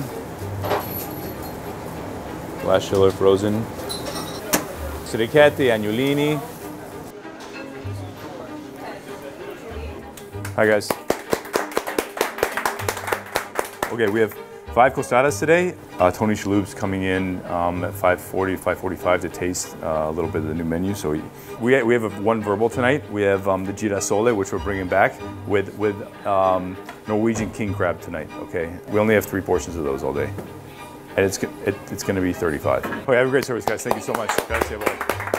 Things are just a little tense right now because we have an investor coming to taste the new dishes, and I mean, I think he's going to be happy, but you just never know, right? We want the kitchen to just be spot on. That's the idea. So Tony is an investor here, along with David, obviously, and we're both tasting some new pastas. It was my birthday this week. So. Perfect. One being the girasole that just is supposed to be like little sunflowers, right? So it's supposed to remind you of like the trip from like Modena to Rimini, which is you see sunflowers there, right? And so like you eat those like crab and Rimini, so we're stuffed with like the snow crab insides. So what are you putting on there, like a chive? Yes, exactly. Erba de cipollini, which is just going to add a little freshness. We have the sauce is made from butter and lemon zest. Okay, I'm just going to jump in. Yeah, 100%, whole thing. And then be honest, you know, I mean, because they're tests, we got to find out whether or not. I have never had anything like that. Yeah, you think you're eating pasta, and then there's a seafood hit, this crab hit. The whole crab is $500 crab, right? So we had a version of it before. It's just, we love it, but it's really hard to sell because people won't. You gotta price it up. Price it up, yeah. And then people are like, that's why we want you to taste it so we can get verification that yes, it is delicious, and yes, I would order. It's worth it. But yeah, I mean, obviously it's a special thing. Yeah. We need you to pitch every table. That'll be much easier. That's my job. This is rolled al mattarello. So like the idea of putting this on the menu is because it's all hand rolled. This is not rolled out to the machine at all. So hand rolled, and we got to do it every day, obviously. So just butter and truffle butter. That's it. That's it. That's it. And then a little bit of pasta water, right? You want to have it so simple that you can. 1, 2, 3. Here we go. I love truffle. I live for it. But this, I gotta have one more. Yeah. I mean, can I go in? Of course, yeah. I'm going in. 100%. That's a great gig being an investor, right? Oh my God. That's stupid good, yeah. There's that stuff, it's sexy. There's just no other word for it. That's stupid good, yeah. It's just sexy food. That's stupid good. Salsa verde, gracias. Okay, I got Expo. All right. I look forward to hearing what you think, and then we'll take it from there. You too, and then we'll see what we decide here, man. See you tomorrow. Tomorrow. Yes. Lunch. I can't wait. Quando marcia vetunta stracci cacio per favore. Okay, so when we talk about service here, we sell a lot of pasta. We have a small kitchen too, so we struggle sometimes, you know, to be honest with you. But we just didn't have any money to put this together in the beginning, so we did as bare bones as we could, and then we just kind of built from there. 6:40 right now. The board's getting full. Now we really gotta get after it. 28-ounce walking in. Tostada walking in. Right now we had a huge party just roll in, so we got about 4 huge tables, and we're about to get really busy right now. Costata! It's time to rock for sure. Burrata 6, burrata 7, burrata 8. 150. So we're through the big apps for the party, and now we're gonna go straight into pastas. Guys, I have 2 tagliolini in the water right now. We need an additional 3 tagliolini. I think there's this weird thing about everyone trying to out-Italian everyone else. For me, it's like I speak the language. I worked over there for a long time. My father's from Italia. All my family's still over there. So like I don't try to out-Italian anyone else. Order fire tag Romino Uovo. Order fire tag Romino Uovo. But like, you feel a big responsibility to make sure that their legacy is felt. Like Laura Merendi, who's like done her whole life. Massimo, for instance, who spent his whole life cooking, and like these people are my mentors, and like you do all you can to make them proud. Okay, let's do tag 1, Grandma 2, Gramigna 1, 17, Uovo 3, tag 4, bar 3. We never opened Rezdôra for the stars or for like any of the, like I wanted to make things that are at a really high level at how it was taught with the best ingredients I could get my hands on. So people that are sitting down are like, this is a different experience. I don't feel like I'm eating pasta in New York. Like we wanted to do something that we thought was like even high. We just, like we're obsessed, right? I don't know how you describe that unless you're like living over there and like cooking this every single day. And like, yeah, you're doing 18 hours a day sometimes and you're tired. But then like you wake up and do the same thing the next day and like you don't lose this incredible enthusiasm for it, right? We were like, how do we translate that to like Rezdôra, to like New York, and like get that same feeling? That was what was most important. You also want to put out incredible product where people like taste it and you look at the people at the table and they like look at the person they're eating with and like, or like you see them like whisper something. Like that's incredible feeling, man. And then you're like, okay, I get it. Like it was, you know, it was worth it. Pain is a lot of working behind though. I mean, anyway. This is what we make pretty much like on a daily basis. Our 4 different kinds of dough. Basically 100 sheets of lasagna every day, and it's a lot. I mean, if you pick this thing up, I don't even know, it probably weighs 30 pounds maybe. I mean, the crazy thing is we almost didn't put the lasagna on the menu, and now it's like the thing that everybody comes to the restaurant for. What's unique about this restaurant, every single one of our pastas is handmade. There is a bit of like an Instagram curse with this lasagna dish. It's not like we like developed it to be photographed. It just so happened that people ended up liking taking photos of it. The rest was history, I guess. What I do is I fold it like this, and you can see how long this thing has gotten because we just made it super thin, right? Straighten it out, and then we make each one about 12 inches. And then what I do is I fold them all on top of each other. And again, this is just one step in making the lasagna. It's insane, like the amount of work that goes into it. If you're gonna make fresh pasta, there's no other way to do it. Now we're gonna cut, and then you end up with the sheets. These sheets are for tomorrow. Once we're done sheeting, we're gonna wrap them, put them in the walk-in, and then we're gonna take out the ones she made yesterday and start blanching them. We have to blanch each sheet individually, and there's no other way to do it. And this is boiling very, very heavily salted water because we're imparting that seasoning into the pasta, and then salted ice water too, to like reinforce, because if you just use salted boiling water, then you put it into unsalted ice water, it just basically washes out all the salt. So salted, salted. It literally takes probably 2 hours every day of someone just doing this. We only ran out of it once, and it was like the first week we were open, I think, right? Yeah. But since we did that, we always put on the menu limited availability just in case something ever happens, but it's never happened since then, so.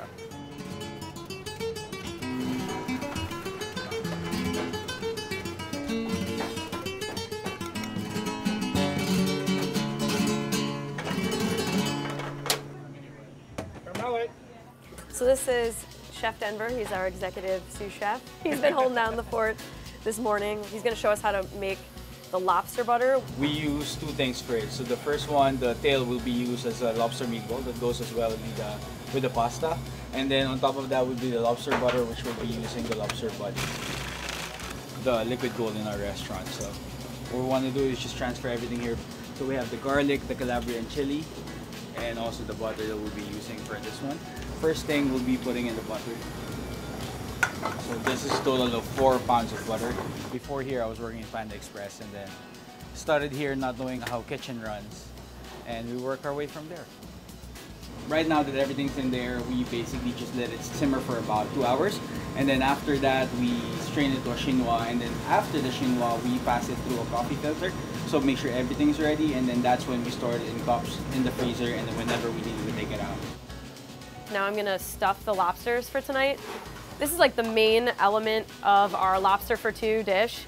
It's a 2-pound lobster that we basically prepare kind of like thermidor style. Quickly blanch them just to like get the meat to detach from the shell.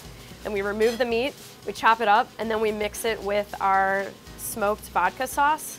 We often joke that this is basically like, I don't know, like a cheese restaurant. I mean, just like the amount of like dairy that we go through in this restaurant is pretty wild. So this is gonna then get baked for like, I don't know, 12 minutes. So there's a ton of effort that goes into this in advance. During service, like, comes together relatively quickly. We're just basically gonna like roast off this lobster. It's like the most expensive thing on the menu, basically. We only make a few a night. So our next major project that we do almost every day of the week is our caramelli pasta. It's 2 different types of dough. So we use our classic egg dough that we use for our lasagna, as well as we use a black sesame dough. And then Carmen cuts it into strips, and we basically apply it to the top of the egg dough. The whole idea is that it gives it like a tie-dye effect. When I make it, they don't look as nice as when Carmen makes it. Carmen, do you ever do a specific pattern based on your mood of the day? Is there like subliminal messaging No? in the caramelli? You don't write like, I hate Chef Scott or anything like that? Oh my God. I love this. Oh, thank you. Thank you, Carmen. Carmen's worked with us since day one. She's literally touched every single piece of pasta in this restaurant, except for when she goes on vacation. Then I touch those pieces of pasta. So she's gonna start sheeting it, and she's gonna put it through once and then click it and make it smaller, and it's gonna look awesome when she starts going through. It's gonna just explode with all the different colors and kind of like takes life and looks like something totally different. And you see she doesn't fold it. When I do it, I always mess it up in the ends, but she does it perfect every time. I don't know how you did that so fast. Well, you just so fast. It's more challenging to do this than it is to do another pasta, because if you do make a mistake, you can't reuse the pasta. There's a couple tools we use in making pasta every day. One is the expandable cutter, which comes in super handy. One side is fluted, the other side is straight. And then we also use a ruler. That's the way we make the consistency and everything the same. We measure everything before we cut it. You can't just guess on this kind of stuff. That's how we keep it looking the same every time. So this is filled with a buffalo milk ricotta that we import from Italy. So we intentionally flip this dough over and we fill it on sort of the backside so that when we create the shape, the black design is on the exterior. This is basically, we're forming the caramelle shape. Caramelle means candies in Italian. The shape basically resembles a little candy wrapper. So at this point, we put them in the freezer. We intentionally freeze this pasta when it cooks in the boiling water. The exterior cooks at like a perfect rate, and the interior is like runny and not overcooked, essentially. Caramelli! It's a cool looking dish. I think that's why it's kind of been such a popular dish since we opened. And then the pasta itself is served in a brown butter sauce with honey pickled persimmons, a little bit of black sesame oil. And then the dish gets finished with some black sesame puree and some opal basil. So this is like one of the last big projects we do every day before service. We actually make this for the following day. The dough is very simple. It's just flour, salt, olive oil, and water. It's a process where we make all the dough, and then we portion all the dough, roll it, and then we flatten it out, and then we actually stretch the dough, like almost like pizza. We take a little 10-inch pizza pan, and we actually stretch the dough on top of the pan. When you stretch it, it looks like the top of a drum. Oh, how many are you doing today, 50? 45. Okay, 45. So she's gonna do 45 today.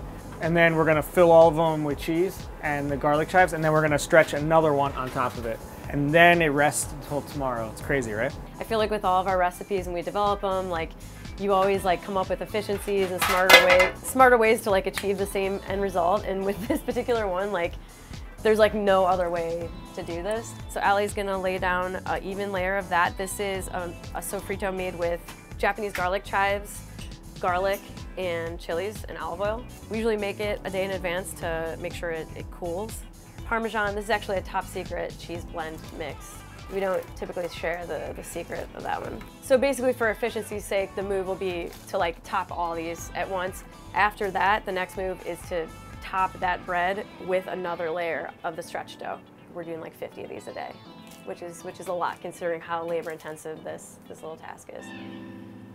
There are a few dishes here that are kind of like all hands on deck because it's like such a big prep project. So the chrysanthemum greens, picking of the greens is a big thing because we literally are like picking like leaf by leaf. We get over 200 pounds of chrysanthemum in a week. We've definitely put a dent in the chrysanthemum that's shipped to the East Coast because it's all grown in California mostly. Each leaf has to be iced down. We spin it in a salad spinner and we have to pick like 30 pounds of it a day. And we have to make sure we don't pick anything that's dead or brown. After we let it sit in here for about 20 minutes or so, if you can see underneath, we raise it up with like this little raise thing. This way air can kind of get underneath it too and it stays nice and fluffy and any liquid and stuff can go to the bottom. This chrysanthemum salad that we have on our menu, and we make the dressing every day. Once the salad's done, it gets this shaving of Parmesan over the whole thing. It looks like a heavy snowfall. The station sells so much of this salad that like the people that work Gourmet are just like, oh my God, if you learn this one dish, you basically know 90% of the station because we sell so many of them. Your arm gets so fatigued from shaving it that I you not, we have 3 cooks that got a tattoo that says Parm Arm on their arm. People always ask us like, oh, are you sick of the lasagna? I love that, you know, it's become like, you know, this thing that people recognize from this particular restaurant. I think it's awesome. And I think for the volume we do, like we make it the best we possibly can. This is the process for rolling the lasagna. These sheets have been blanched, cooled down. There's 3 sauces that go into the lasagna. It's the Italian sausage bolognese, the other sauce is bechamel, and then the third one is the San Marzano tomato sauce. So now it's a scoop of, Scott just put a scoop of the parm on there. So then the same move with the mozzarella, a quart of mozzarella. 2 things we don't skimp on ever, tomatoes and Parmesan Reggiano. And how much Reggiano are we going through? I would say 2 full wheels a week. We just go through like copious amounts of all different types of cheeses. Parm, mozzarella, stracchino are the big ones. This gets another layer on top. We just put down a little bit of bechamel on the top. That's again gonna just like seal the whole roll up when we're done here. So this is our Italian sausage bolognese. This sauce needs to be made a day in advance and cooled. Very important. If you try to do this with warm sauce, it'll just like totally fall apart. It's a little chunky. Next move is just to roll this. So after the lasagna has sat in the walk-in and kind of chilled and set up for a bit, now is the time that we cut it. So each of these logs basically yields like 1.5 orders of lasagna, because each dish gets 6 pinwheels. This is only 4 lasagnas and we sell about 60 to 70 a night. This is our lasagna dish that we use. We spray each one of them. We put 6 ounces of our tomato sauce in each one, and then we just put in the lasagna. It cooks really fast. It eats a lot lighter. It's really easy to serve to individual people, and the whole entire top gets crispy. And when we were growing up, like everybody would always fight over the corners of the lasagna, the crispy parts, but this, like everybody gets a crispy piece. We put a piece of like deli paper on top, we stack 2 on top of each other, and then we keep them in the walk-in until service starts. On the weekends, we're open for lunch and dinner. We sell over 100, and we only have a 50-seat restaurant, so it's pretty intense. So it's 2:20, basically the whole squad's rolling in for tonight's dinner service. So this is like usually the most hectic part of the day because we have like crossover between the morning team and the PM team. And we just have a lot of people running around in very tight quarters, so. Yeah. So one of the desserts we've been doing here since we opened is our fior di latte mochi. Basically kind of just like stretching and flattening this. We basically like pound out homemade mochi every day and we make our own like fior di latte gelato. We wrap the mochi around it by hand. And then it's a pretty like simple dish, but I think it's like pretty complex in flavor and pretty interesting. I feel like we just like work really well together because we kind of like complement each other's like strengths and weaknesses and stuff. But when we first opened, in the morning I would open every day and then Angie would basically expedite almost at 5 nights a week. I would close the restaurant, yeah. I'm like a night owl and he's the morning guy, yeah. So it works out good. Yeah. We're lucky because like most restaurants only have 1 leader or 1 chef in the back of house, but we kind of have 2. So it is 4:05 probably. We open at 4:30. We have already a line started Have you been to the restaurant before? Yeah, a few times. You have? Yeah, I live around here. Am I getting in today? You're the first person online, of course you are. Well, thank you so much for coming back. I appreciate it. Hi, how are you guys? Hey, good. Yeah, we came from Phoenix. We saw this on TikTok. I hope it lives up to the excitement. It will. Yeah, thank you. Now we're gonna walk over to the private event space and we're gonna go see Angie. She's making a new Amaro, so let's go see how it is. The beauty about this private event space is that during the day, it's like our menu development. Love the Italian tradition of like weird elixirs and like after dinner drinks. I've been messing around with one with broccoli rabe, see what happens. So it's like a two-part process. First part is steeping a bunch of aromatics and liquor, and then the other part is mixing it with a syrup at the end. So this has Calabrian chilies, black peppercorn, orange zest, lemon leaves. It also has some lemon juice, water, and sugar. As soon as that's cool, mix this all up, and then get the final product. It's pretty good. It's 4:15, we're gonna go downstairs and have the meeting with the cooks. This morning, everything looked really tight with walk-in organization and everything. Has that been going pretty well with the new sort of structure of that? Keep the mise en place really tight. Just remember to, you know, FIFO everything, organization, make sure we're keeping everything really neat. Cooking, cleaning, breaking down, whatever you guys do, make yourself proud. And I believe whatever you guys are doing is making yourselves proud right now. I would love to be part of this team of like line cooks and putting beside you guys. Let's have a great service, guys. Part of the daily mise en place for the cooks is also their hydration. So we got electrolytes, Yerba Mate. Please sponsor us. I told Lauren she needs to buy stock in this company because she drinks like 4 of these every day. Yeah. So they got to stay hydrated. It's hot down here. This is the pasta station here. We have this nifty container here. It insulates our pasta so that it stays really cold, really fresh. You know, this is our bread and butter here, but we have our lasagnas coming off of the plancha or the flat top. During service, the cooks know exactly what to expect. There's a very big push in the beginning. It's just getting a lot of food out very fast. Order in steak mid-well. Pick up 3 lasagna. I just want to have a restaurant that people want to come back to. We want our food to be like kind of interesting and unique and like surprising, but we don't want people to have to like think too hard about it. Crudo master, he makes some sick crudo. Coming up, corner up. Pick up lasagna solo. For 201, the salad? Yes. It's my parm arm. I put in many hours to get this stamp of approval. Just do the cauliflower trivet and then the regular ass lasagna. And then we have 1 caramel. Yeah, that's everything right there. Our food is hopefully like soulful and like comforting. You guys have a lobster on order, right? Even though the restaurant's super full right now, super busy, you know, the team has everything under control. It's like a nice flow. Pick up flat, that's 3. We're very lucky. Like, we've been open 6 years and there's still almost every day a line of people waiting to get in. People want to come here and that really makes me excited every day.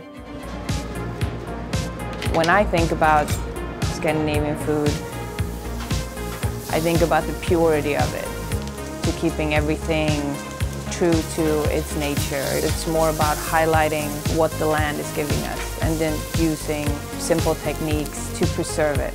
Everything from curing, brining, smoking, all of those flavor profiles are coming more than spices.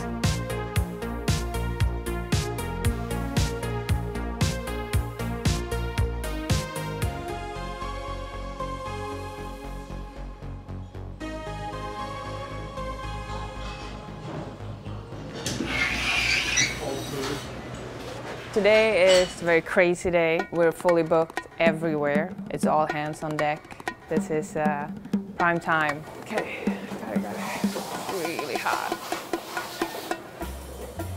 You guys are good? Oh yeah. You good, Leslie? Yeah? I'm gonna make the twill for the Arctic bird's nest. Pastry has always been very close to my heart. It's what I've been doing for the last 20 years of my life. I always believe that the finishing touch of a meal could either help it or completely destroy it. So we have people that travel here for this dessert, and it's helped my career in so many ways creating this. I would think it got me my green card. Doing some cocoa powder just to get a little bit more of a natural feel. All right, now we're gonna bake it. Hot. Sorry. I moved to New York in 2010. I came on board as a pastry chef. It was supposed to be for a year. 2014, I got the opportunity to take over as head chef. Not a position that I was really comfortable in or taking. It was only supposed to be temporary. So this is the egg, this is the base of it. We mold the goat cheese parfait, scoop out the center. So in the middle of it, we're filling it with a sea buckthorn curd. Every portion is 3 eggs. Every week we can sell up to 100 portions of this. My pastry department loved me for this dish. They were all asking, when are we going to do just 1 egg, 1 big egg, instead of 3 small? I said maybe, and that maybe never happened. That year, later on in October, we received our 2 Michelin stars. I'm still pastry chef, and I'm still the head chef of the kitchen, but it's quite an amazing opportunity to be able to do both. So this is dark chocolate. You just need very, very little, and then we cover them just to make them look a little bit more real. So we have our little eggs. That's about it. Everyone always wonders why I put snow on it. I always say in the Arctic countries or in Sweden, it's still snowing when the baby birds are being born. All right, time is running away. It's 11, the service is about to start, and I need to check in on everyone to make sure that they're ready. So let's go up.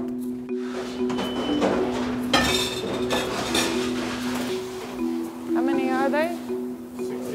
62. All you do is just run. We have a big lunch today, 80 people.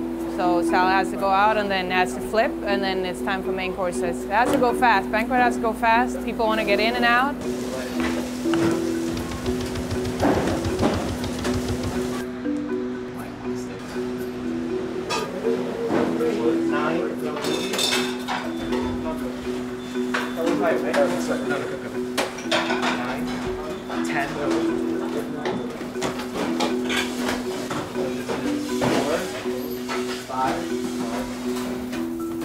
Finish off the last 2, 3. Main course is out. Now we gotta get dessert out. It's a bit of a beast. Talking 60, 80, 100 people. They want to eat in an hour, less sometimes, and you gotta make it happen. This is our chocolate cake that we do for lunch. My grandmother's recipe is one of those things that, like, even however good it is, I can't really put a dish like this on in the main dining room. It has to be a little bit more intricate. It's nice to have the opportunity over in the big rooms. What we don't use, we dehydrate, and we use it as the bottom of the bird's nest, as the soil. So we're sending this out now, and then by 3 o'clock we had to switch the room because we have another 60 people coming in at 3. It's a crazy day today. Stay calm is the biggest tip. As long as I don't hear anything break, I stay calm. Lunch and dining room over, starting fresh, starting prepping. And we're back up for dinner again in a couple of hours. All right, so our live Davis scallops from Maine arrived this morning, and we'll bring them out. Chard came in this morning. They all come very beautifully wrapped. So we'll get a batch of these every day that gets chucked for service.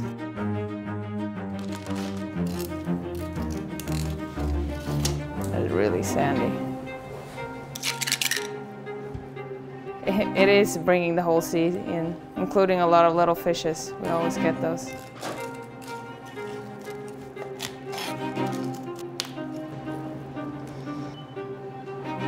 I remember the first time I hold one, it pulsates and it still beats. It's quite of a cool feeling. We just lightly cure this with some sugar and salt and take the skin off, and that's all you have to do. I think the best part with having a restaurant that has so many different elements in it is that you really do get experience the whole range of cooking. Everything from 100 people sit-down dinners, receptions, to the dining room where it's more tweezer-friendly food. I want everyone to look at a plate and go, it's almost too pretty to eat.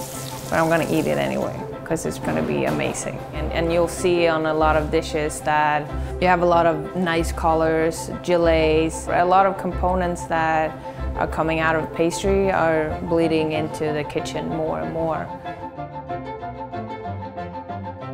All right, it's 4:20 and everything needs to get ready. At 5 o'clock is the call time for everyone to be up here on point on their stations. We still have another 80 people in the banquet, full bar again.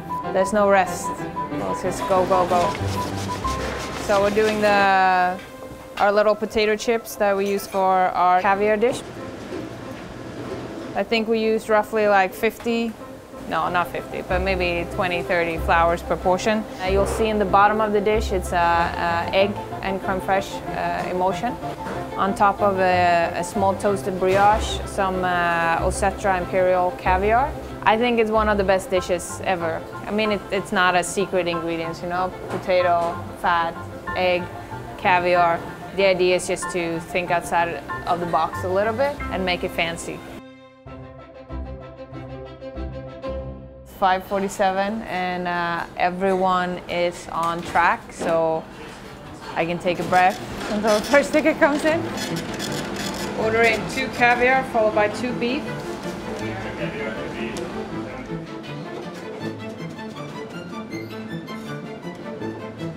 When you're in an environment like this, you never know what's going to happen. You can be doing your little thing in the dining room kitchen, and then banquet gets slammed, and you just have to run out there and give them 10 minutes of your time.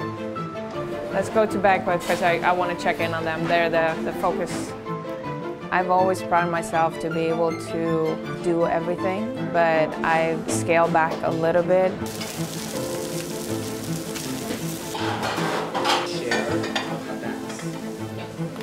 Is searing. Just keep an eye on that. There's a dump on next to it. Don't push my trigger. 5, 6, 7. I just need a wipe if you guys are standing. Wipe.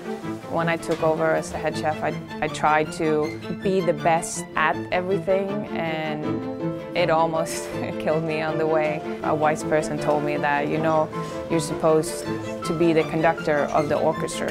You don't have to be able to play every single instrument perfectly. You just have to know how to make the music. 5. Switch up. 6. All right, so we got through the worst push in the banquet area, so now it's back into the small kitchen again.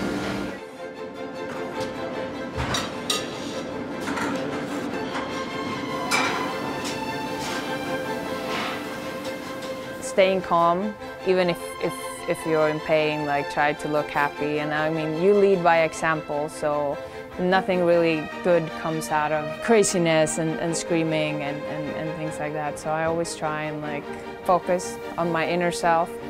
Of course, I have my moments as well, but not as often.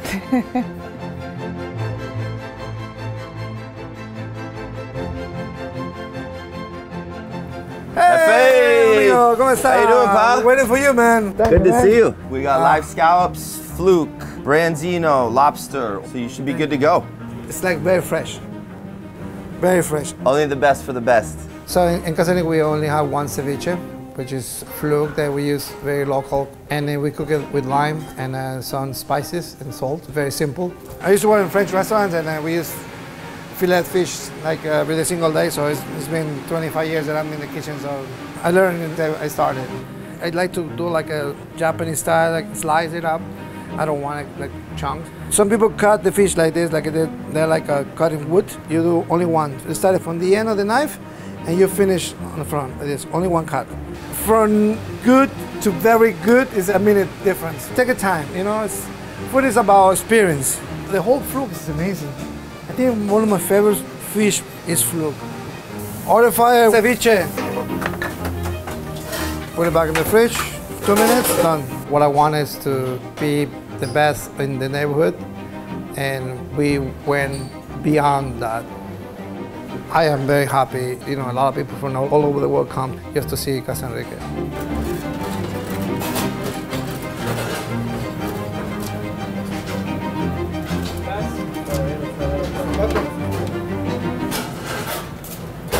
So first thing in the morning, we come here at 6 o'clock in the morning, all the guys. We start doing the chips for the day. We start prepping things for tomorrow, like carnitas. We marinate the carnitas overnight with beer. You know, that's the way to do it in Michoacán. So for that particular carnitas, I use Monopolio. It's one of my friends' beer. Actually, it's from San Luis Potosí, where the place I grew up. It gives a lot of flavor and break down a little bit the meat. We close down with the film and we put it overnight and it's ready for tomorrow. Carnitas has to be cooked in their own fat and it has to be faster than the confit. But it has to be on their own fat, not in the oven. I wouldn't call that carnitas. We're just gonna cook the pork in very hot pork fat, very like close like to confit, but confit is like a slow and this is like very hot heat. Because if you don't put it when it's very hot, it's not gonna give a color. So it's been marinated for like 24 hours, 26 hours, and we're just gonna drop it to the high oil. You don't wanna burn yourself. So what I do, I use this. This is gonna cook for like in 2.5 hours, but in the meantime, we're gonna add things. I just put fresh thyme, bay leaves, and black peppercorn. So this is the skin for the pork. So what we're gonna do now is pour some Mexican Coca-Cola, the one with sugar, not with corn syrup, which allowed me to have this skin dark and beautiful. So we leave it like this. We're gonna put it in the last hour in the pot, so it's gonna get a lot of color. So this is a salty water, and I find the way to salt the meat better, just pour in the water, showering the meat, every meat. So you have to remember which one you already did. So when the salt hits the meat, it stays there. Because if you put the salt on the oil, it's gonna stay on the oil. So it's gonna marry the salt with the pork. Now the fat is like relaxing, it's not that hot. We're doing two things, salting the meat and helping the fat not to burn. I felt like living in New York for a long time and working in the French restaurant. I thought there was not a traditional Mexican restaurant in New York that I really like it. And I thought that I could make better than anybody else. I never worked with Mexican food before. I knew French, but I didn't know Mexican. So I started to look for my mother's recipes and my family recipes. When the sweet meets the meat, it gets better. This is condensed milk. Mexican food, I wouldn't compare it to French. You know, French has also a lot of prep. But Mexican food is a lot of prep. People understand that people think that Mexican food should be cheap. It's labor, a lot of labor. So it's not cheap. Mexican food shouldn't be cheap. I think the carnitas, they want to go to sleep. So first we're gonna lower the temperature a little bit so we don't want to overcook them. So this is the skin. You're just gonna put it as a cover on the fat. So it will cook slowly and they're gonna cook for another hour like this. We're gonna open fire, burn these chiles to make rajas con crema. The chiles poblanos, one of my favorite chiles in the world. This has the best flavor you can get from the chile. When my mom used to make this at home, we used to put it in the bag and wait for like 10 minutes and peel it together and make a rajas. It's a lot of work. It seems like very easy, but it's a lot of work. And you see, it has to look like all the same as this. So because if you don't, it's gonna be very hard to peel them. Like the chile is not flat, so it's very hard. So we go with the torch.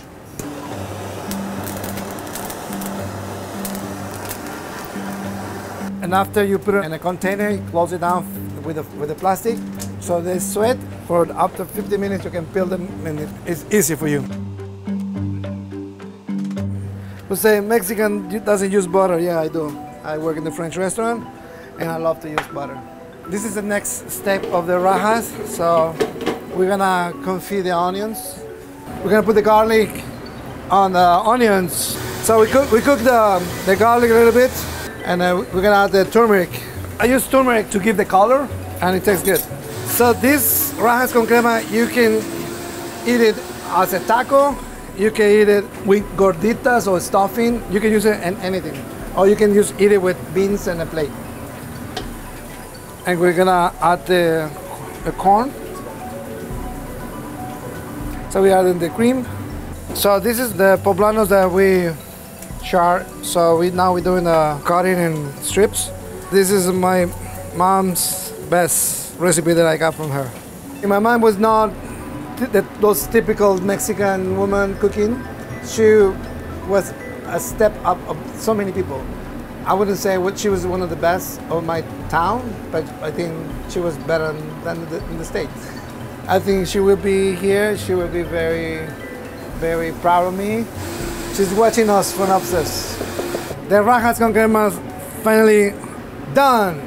So after you finish, we put in a chiller to cool it down fast, and we use it for later or tomorrow. But I would say tomorrow tastes better. After you order, we start making the guacamole. We don't do batches, we just do it for you. I think it's one of the best sellers we have here. Hola, Miguelito! ¿Cómo estás? Muy bien, gracias. So this is the avocado master. He always supplies me with my avocados and limes and lemons. Okay. Hopefully it's Well, you can ask more. You know, like, this is the best avocado you can get. You know, like this is the best.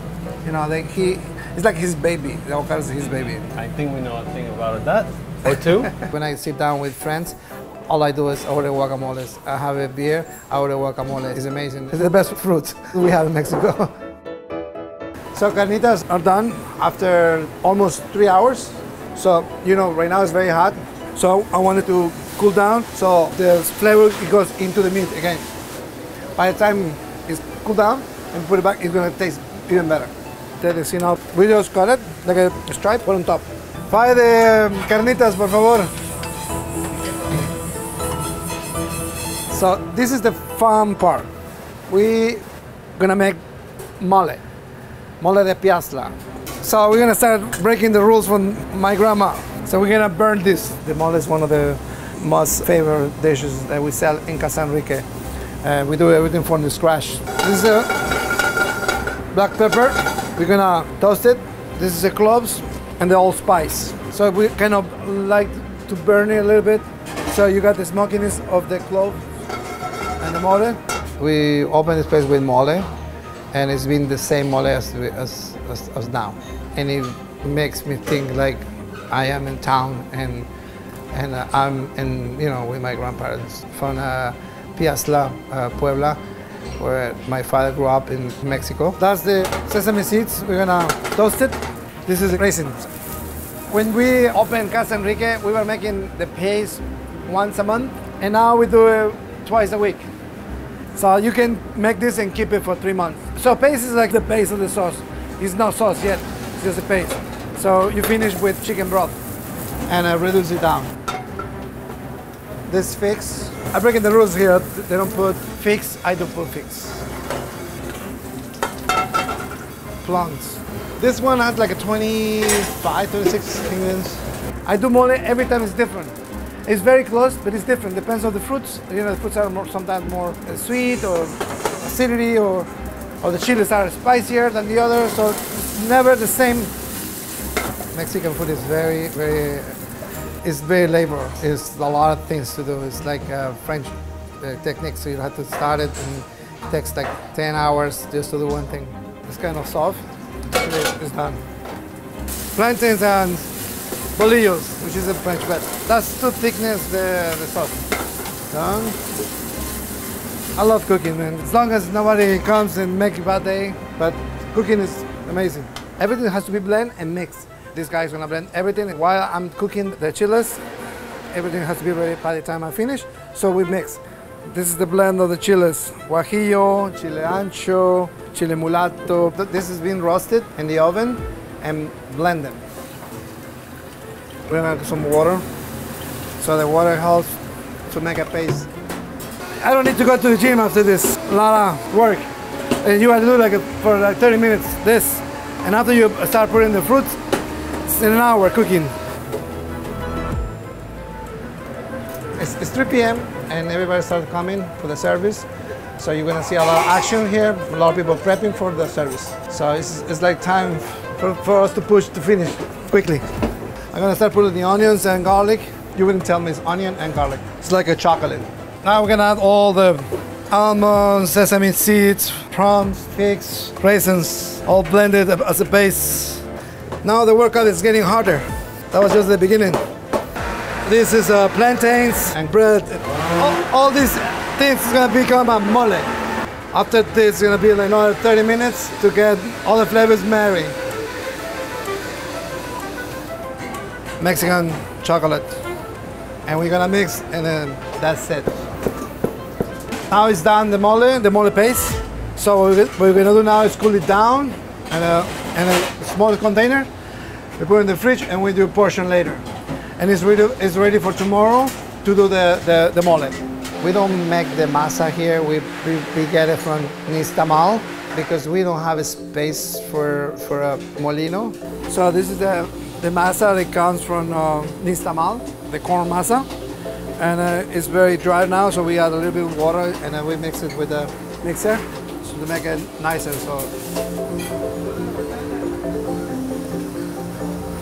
So Margarita is making the tortillas coming right from the machine. Fresh can be the best. She's gonna start making the tortillas by 5 o'clock to be ready the first batch.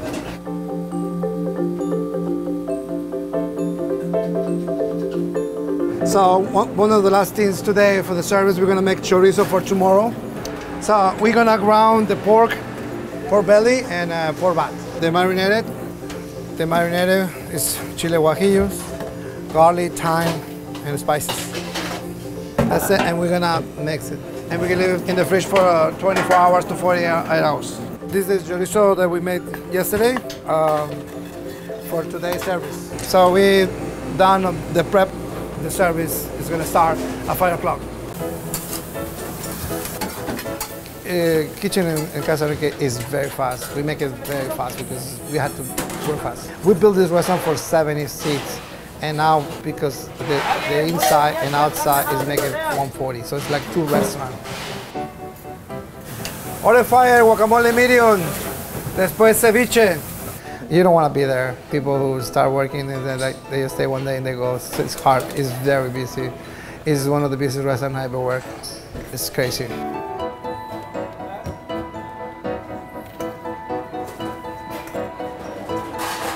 We start in the molde.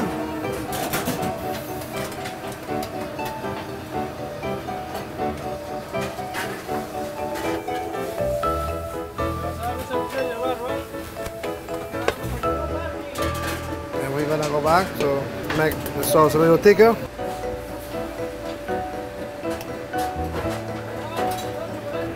Sesame seed. The runner finished over there. We're gonna put the radish and pepper. I think we make change the food scene in the United States, not just in New York. It changed a lot. All the chefs, new chefs, Mexican chefs, I think we brought Mexican food to another level. I was thinking not to be the best. I was thinking just to be the best of around here and become like better than anybody else in the city. So I'm very glad that we did it. These are the stairs that keep us fit. When you have a raw bar that's as busy as Lore, you have no idea how much ice we go through. Sometimes we go through and God forbid the ice machine breaks down. We go through so many pounds of ice, it's crazy. Believe it or not, a big challenge is getting that ice, making sure that we have enough ice. Yeah. This is just setting up the display. So I just want to get as much ice up there as possible. We want it to look nice and sexy. It just kind of adds to the whole decor of the restaurant. It's like, you know, helps to reinforce the concept. It's old school that it still works. Last night we kind of got tore up. We had tons of people. There was like oyster towers flying out of here, so we had to get a couple more oysters. We got about 300 East Coast. These are bad boys. Just want to make sure we don't run out for the night. When the dishwashers come in the morning, this is one of the first jobs that they like to knock out. Sort through them, the East Coast and West Coast, make sure all the ones are separated. They give them a good rinse, put them in the Lexans, and get them in the oyster bin for us. This is where we store all of our oysters. The raw bar cooks will pull from this bin to fill the refrigerated drawers out there. And that's where we service the raw bar. This is basically the raw bar station, so all the raw bar comes off of here. Like maybe 6 or 8 different kinds of oysters at any given time. We have shrimp cocktail, crab legs, seafood salad, scallop crudo comes off of here. Our towers come off of here, our small towers and our grande tower.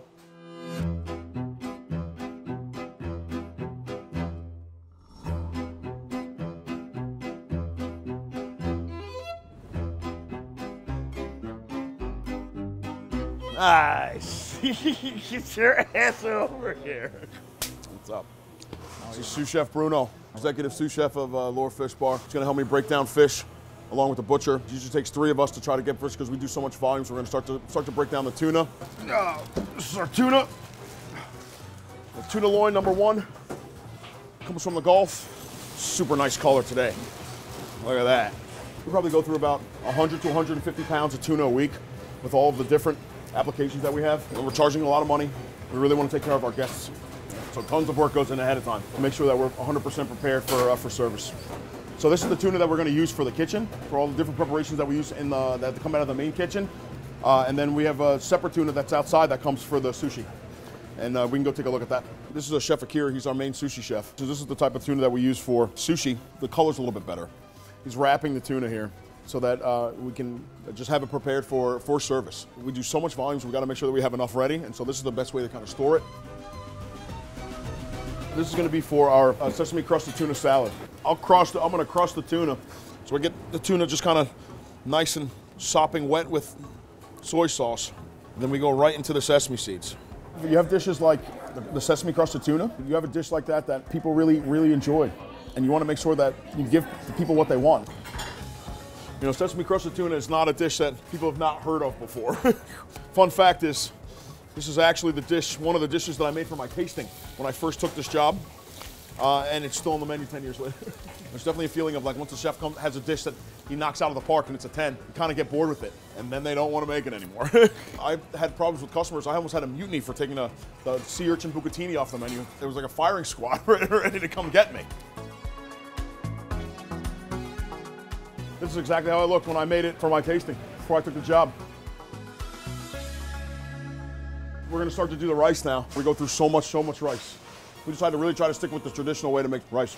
We're gonna add the vinegar. We use the paddle, so there's like a technique to doing it. The vinegar gets evenly over all the rice. You can smell that aroma from here. Right as soon as the vinegar hits the rice, it's like right in your face. The sushi's probably about 35 to 40% of all of the food that we do here. So lots and lots and lots for lunch and then for dinner. Before I took over Lure, I had no idea how to roll sushi. Now I'm pretty good. So it's about 11:30. We're getting ready to open up for lunch service. It's time to taste the oysters for lunch. Make sure that all the oysters are super fresh. The oysters are a huge part of our program here. It's very important that we serve the best oysters in the city. We're known for our oysters. So I spend about 30 minutes a day eating oysters. Yeah, I eat about 20 oysters a day. Oysters for breakfast. And I do this twice a day. I kind of just go through all the oysters. I pick a couple at random. The way that we keep the quality up here is by tasting. Everybody tasting. If you don't taste, you'll never know. And so we taste everything all the time. This is a Beausoleil. That right there is like the perfect oyster. You see all the liqueur, full size of the oyster. It's like my favorite. It's good.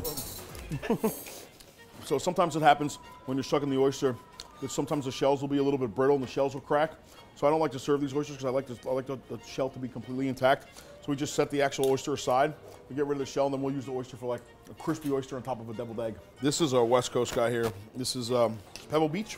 I like being completely honest with people, saying like the chef tastes oysters every day to make sure that they're getting the best quality ever. We're gonna start with soft shell crabs today.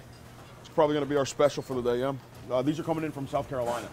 We use it for a bunch of different applications here. A lot of them are spider roll for sushi is a big one. So when it actually comes to figuring out the sushi menu, I like to consult with Akira, the sushi chef. I got 4 coming. 2 tempura, 2 beer batter. If we taste one, see what we think. See if we can, maybe we can incorporate the beer batter into it. I don't know. We'll try it, yeah? Here, I always like to do things in the same kind of fashion. Like say, almost traditional Japanese. We're gonna try to change it up a little bit, see what we can do. We're gonna drop the crab into the tempura batter, and then crisp it up. So now we're gonna try the soft shell crabs in beer batter. I'm pretty sure Akira's gonna hate it, but we'll see what happens. It'll be fun to get someone outside their comfort zone a little bit. As far as the actual dish creation goes, a lot of times it just starts with me. I'm like, I'm bored with this, I'm gonna change something. Ultimately it comes from me and the sushi chef. Okay, so there's 2 here. I'm not gonna tell you which one is which. Okay. You try this one first, then this one. Okay. Very good. That's delicious. I like it. You like it, huh? I like the miso. That's the beer batter. This is better. It's better? All right. Normally when we make this, just a regular tempura batter, a little bit of spicy mayo. I think the tempura batter is crispy, and I think the beer batter is a little bit more crunchy. And then we take that crunch, we're gonna add some chilies, see where we're at. avocado, cucumber, spicy mayo. And so then this will be our special for tonight. It's going to be our beer battered spider roll. We'll use Japanese rice beer to make the tempura batter. It's a little bit more crunchy versus being crispy. Definitely get a little bit of beer flavor. I think it's going to go well with the with the eel sauce. A hint of spiciness from the spicy mayo, freshness from the cucumber, smoothness, creaminess from the avocado. That's why he's the best. It's bomb. Good job, bro. Way to nail it. Hey guys, how are you? Nice to see you all. So we're going to be serving our spider roll this evening, but we made it a little bit different today. We made it with a beer batter. This one is a little bit different than our classic spider roll because it's a little bit more crunchy instead of crispy. I think everyone's going to really enjoy it. I wasn't sure Akira was going to like it, but he did. And we're ready to roll. I got one here for you guys all to try. Please give it a try. Have a nice service. Hey! So like one of the last things that we do right before service is we like to cook up the shrimp cocktail. We cook shrimp cocktail almost every day. We try to keep it as fresh as we possibly can. The biggest secret is to not overcook the shrimp and proper ordering. If we order too little, we run out. If we order too much, we risk spoilage. That's the last thing we want. Nobody wants to hear that. We have a nice flavorful liquid going on here. Court bouillon. It's got bay leaves, peppercorns, soup vegetables. This is like one of the super important parts of the shrimp cocktail making process because what we're really looking for is internal seasoning. But we want the shrimp to be seasoned from the inside out. Once the liquid comes to a boil, we double check for seasoning. Then we pretty much turn it right off and let the shrimp just kind of poach. Tasting for succulence, tasting for seasoning. Make sure we season it right. We know right away. That's pretty much the last step for cooking it for the raw bar and getting set up for the mise en place. Those shrimp will get cooled, then they'll go right into the raw bar. These guys are in the back now just getting set up for service. It looks like it's gonna be a big one. We got about like 300, 350, so we'll see what happens. So we're putting together our grand platter right now, but you get a sense of how much ice we actually have to use because this is one level and this platter is gonna end up being 3 levels, all filled with ice. And this is just one platter. So the amount of ice we use is insane. We go through, like I said, maybe 100, 150 pounds of ice a day. We have our clams here, our little necks. We have our Blue Point oysters. These are like the local oysters that we use. These are Pebble Beach, is what we're using for West Coast. So we make sure the East platter has East Coast and West Coast oysters. We're gonna add a couple Beausoleils to this one. It's my favorite oyster. This would be the first layer of our tower. For our second tier, we have about 4 different little dishes on side. This is our tuna tartare. This is our kampachi sashimi with a little bit of like a fresh wasabi leaf vinaigrette. This is our scallop crudo with toasted black sesame and chive. Then we have our seafood salad. This is like one of my favorites. My favorite seafood salad. I love it. That would be the second layer. This would be the final top layer level of the Grand Plateau. It's more about like the chilled lobster and the shrimp cocktail. We had our sauces. It's our cocktail sauce. It's our Dijonnaise sauce, lemons. You can eat it however you want to eat it. You can eat it from the top down. You can eat it from the bottom. You can start in the middle. There's no wrong answer. This is our third layer here. So this is our Grand Plateau. This is definitely one of the most popular things that people order here. They come here, it's like eating like a king. They love it. Once like walking through the dining room, you see the heads turn. People think that it's kind of funny to send people raw bar because you're not really doing anything to the oysters. You're just kind of opening up the oysters. But I definitely think that the platter has a touch of my culinary hand. The sea urchin sauce that we have here, the way that we like to make the court bouillon to cook the shrimp, all different culinary techniques that I've kind of acquired over my career. I definitely think that this is one of the signature offerings here at Lord Fishbar. So it's like 3 o'clock now. We're pretty much done with lunch service. We're gonna really start to get prepped for dinner. We had a nice run on oysters for lunch, so we're gonna replace all the oysters in the drawers for dinner. We just kind of try to pack them in for dinner just to make sure we don't have to make too many trips going back and forth. Right behind. It's about 4 o'clock. The line is pretty much set up. We're gonna head over and taste the oysters again, make sure that they're pretty good. No, my doctor doesn't know I eat this many oysters. All right, guys, it's about 5:20. Dinner service is officially started. It's getting ready to get wild. Just gonna start with one of our whole fish we got ordered in. Hold the rod. I mean, as far as services go in other restaurants, it is a dance. It's a fast shuffle, and I think that we manage it very, very well. Plating the salmon. I put the greens down first. Grilled fish goes down. Artichokes over top of the fish. Finish the dish with a little bit of agro dolce. Garnish with the lemon, a little bit of sea salt. Finish with a little bit of herbs. It's the whole fish dish for the spring season. It's got everything that you ever want. Artichokes, charred lemon adds a great flavor. It's delicious. So this is the rice station. This is Carmen and Jose. They make the most crispy rice in the whole city. So this is our crispy rice. This is one is uni. We sell a lot of this too. We run the kitchen in Spanish. Okay guys, listen up. New call. Legio, fire dos edamame. Fuego dos tempura, Yair. Ayúdame con dos pastel de cangrejo. Fire 2 crab cake. Fire 2 shrimp tempura. Fire 2 edamame, please. And you have to be able to make money. It's a very important part of being a chef. being able to understand your financial responsibilities. You know, your staff is here for jobs. They're here for their families. They have to provide for their families, and so you have a responsibility to them to make sure that you are putting the best product, you know, forward that you can. You gotta make sure the sushi and the main kitchen food is the timing is goes out, so it all goes out together. So we're doing food for the lobby of the Mercer Hotel as well, and room service and our outside dining area. So it's quite a bit. I don't know if I would say running 3 separate restaurants. The sushi bar, absolutely. The sushi bar could be its own restaurant. It definitely gets challenging because what happens is the sushi tickets are really, really long. It's really just about communication, being able to communicate between the stations. Sometimes it's a matter of the chef just kind of running back and forth out of the door. Hey, M6, can I go? M6? Okay, guys, let's go. M6, that's the burger, yeah? Lower medium, shellfish allergy. Sushi is ready. Once everything's working, it's kind of like it's beautiful, organized confusion, and it's like an orchestra. Make that hot. Yeah, make it hot. 10 segundos en el aceite caliente. Guys, how's sushi on table 31? Is this 31? Fantastic. Very good, very good, very good. And this is the to-go order? Very good. Thank you. Let me see this dress combo. When this dress combo comes up, let me see it, okay? One of the big showstoppers here in the restaurant, obviously, is our Grand Plateau. Once it walks to the dining room, it starts turning heads right away. Once those platters start rolling out, people get excited, they start ordering them, and those guys start chucking oysters like you've never seen.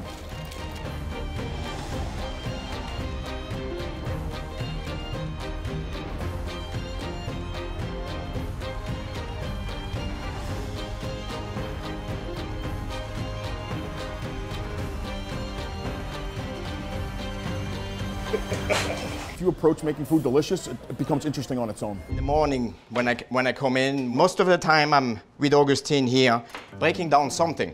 Probably twice a week, we're breaking down ducks. When we have big jobs like this, as a team, we come together and do them. A lot of places, nobody really pays attention of butchering anymore, and I think it's one of the skills that the chef needs to know. This from Long Island duck breast. It's one of the staples of the menu now that sticks around. It came down to really be people love it basically, so we don't take it off.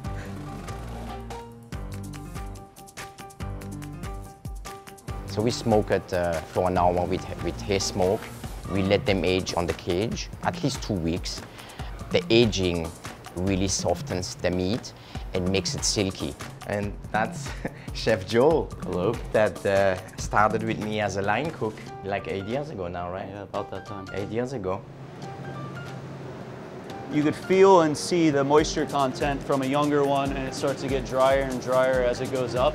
Here's one of the fresher ones, and you can see that it still has like the moisture content there, compared to a drier one where the skin almost starts to pull back a little bit.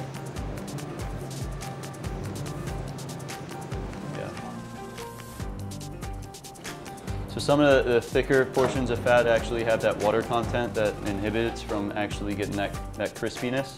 So that's what Tom is doing here. He's removing that extra kind of moisture fat in there. In a restaurant, people that really want to learn how to cook, they also want to learn the steps of what it takes to break down a duck, to break down a whole fish, to break down a lobster, and how to actually be creative. And that's the fun of cooking. Yeah, go in here. The trouts are here, guys. Trouts. When did you get them out, those guys? These guys were still swimming at 9:30 this morning. Really? Let's look at this, huh? Yeah, this is Ty from Greenwalk Trout Hatchery. We really love his fish, and it's become another staple on our menu that we can't just take off. And it really talks to who we are, because the region I come from, trout is like one of the main fish. And that product is really amazing, fresh. I mean, you heard. You know, every single fish I raise from an egg, and you know, I've been doing this my whole life, so seeing the finished product and seeing the passion that the chefs have makes it all worth it. You know? You see here how it's like literally straight like a plank, and the reason it's like that is because they have been killed this morning, so the meat had not had any time to relax enough, so it doesn't get soft. You buy a trout in the store, you hold it on the head, it flaps down. See, look at this one. So I put them flat somewhere. Here we go.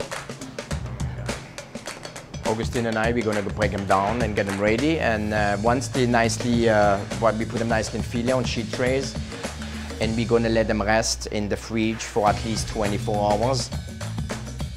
And then it's ready to go in the kitchen upstairs. We're taking the skin off à la minute. And then they cook them on a cedar plank. Really, really simply, enhancing the product. So we're currently working on a new dish here. The inspiration came from kind of like an old classic Alsatian recipe called Fleischnecken. Fleischnecken actually translates to meat snail. So we're gonna do a take on it by actually serving it raw. And we're gonna measure this off, put the langoustine tartare inside and wrap it up. And we've tried these components individually, and we believe that they'll come together, or we're gonna find out if they come together, I guess, today after the final testing here. For me personally, this is the appeal of being a chef and putting in the 12 to 15 hours a day, whatever it may be. I think when you see a dish start to create from beginning, it's a beautiful moment if it works out. It's important that you get whatever your filling is for the Fleischnecken to be completely smooth so you can get that nice shape as it curls around. And then you have your roll. So now what we're gonna do basically is roll this in plastic wrap and let it really just solidify together in the fridge. And then we'll take it to the bandsaw and get even slices, and that'll be one of the first components on the new dish.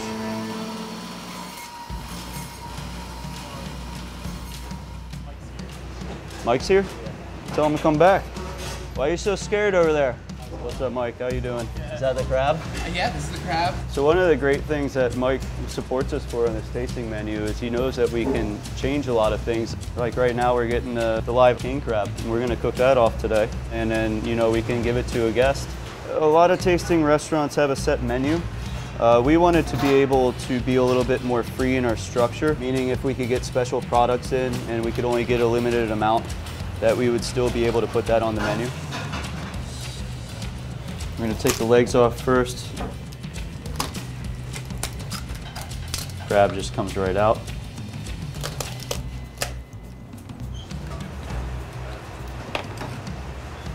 We basically have just brought this up to a gentle poaching just to warm the crab up again. So first a little bit of the hedgehog mushrooms that have been cooked with shallots, a little bit of garlic. This is the egg custard, which is just egg yolks, whole egg, and a little bit of mushroom stock. And then next we're going to do a pile of the thick crab, the crab cooking liquid, and we'll pour the broth tableside. This crab dish is a dish that over time became a signature. Tonight we have regular people that are coming in and they have asked to get that dish again. They had it before, and our menu is very flexible and it's always fun to do it. Very straightforward application. It's foie gras with squab, but then doing it almost like basically a spring roll, bringing the excitement in from the crunchiness. You don't really, as a cook, you don't really choose your own signature. It happens by people liking it. So we have the two, we have the breasts, we have the legs, now we have the foie gras. I feel good about foie gras. I grew up with foie gras. My grandfather was a farmer, a goose farmer and a duck farmer for foie. We're gonna sear the squab breasts. Augustine, he's the one who knows the squab dish probably the most. 15 years, right, Augustine? I stopped counting at 15. Yeah, probably a little more than 15. He became the specialist in making them now. So the foie gras we sear, we give it a nice color and have it render some fat. But also the color on the foie is going to help us to build the nuttiness of that flavor. Those little fillets, we cook them also on the side, and those are little snacks while we're making them. There are some nice little perks when you cook also. So what we need now is a little bit cabbage. So we're good on that. What we're going to do next step is laying them together like a sandwich basically. So we're going to put the foie gras in the center. And now we take that and go. So the importance is that it's when it's soft like this, is to wrap it now. And then we're going to put it in the fridge until it's colder to wrap in the feuille de brique. That, and it sticks nicely together. And here we go. So now we're going to press it, making sure we control the pressure. What we want is that it sticks together now. The most important thing is flavors, but then when we achieve the flavor, we want to also make sure that we get to the presentation that shows off also the work that goes in. We're going through all those years of work and going to culinary school, and I think it's important that at the end the result is there. You know, when people say, why do you even bother to present it so nicely on a plate? Well, it's really give it justice to the chef that really spends his time and put money into learning his craft. If you go to a dentist and you have your tooth fixed, you want him to finish it nicely. So we finish the dishes nicely. Just natural to me.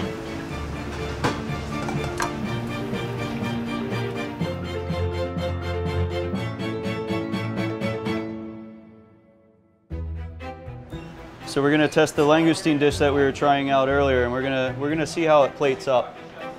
Yeah, this is all visualized in my head right now, but once we actually put it on the plate, we'll get a better idea of what we're looking for. So we have the langoustine, we have the hamachi that's been cured in citrus salt and also shiso.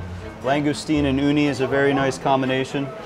So we're just trying to building flavors here. So this is fingerline, and you can just kind of squeeze it out of the pods and the pearls come out. Citrus caviar is what they call it. The sea lettuce. And for the last thing to make it all come together really is a sauce made from uni and yuzu. And what we'll do is we'll put the cloche on and this will go out to the guests. I think it looks good for a starting. It needs a little bit more finesse and refinement. The most important thing for a chef is to get to the point where you can create dishes. But it takes a lot of work to get to that point. And people usually want to go too fast. They don't understand the complexity that it takes to put a successful dish together. But this is the beauty. This is why we're doing that. How we want the guests to eat that. Basically, at the end of the day, the sauce is going to be the carrier for all the ingredients. The driver.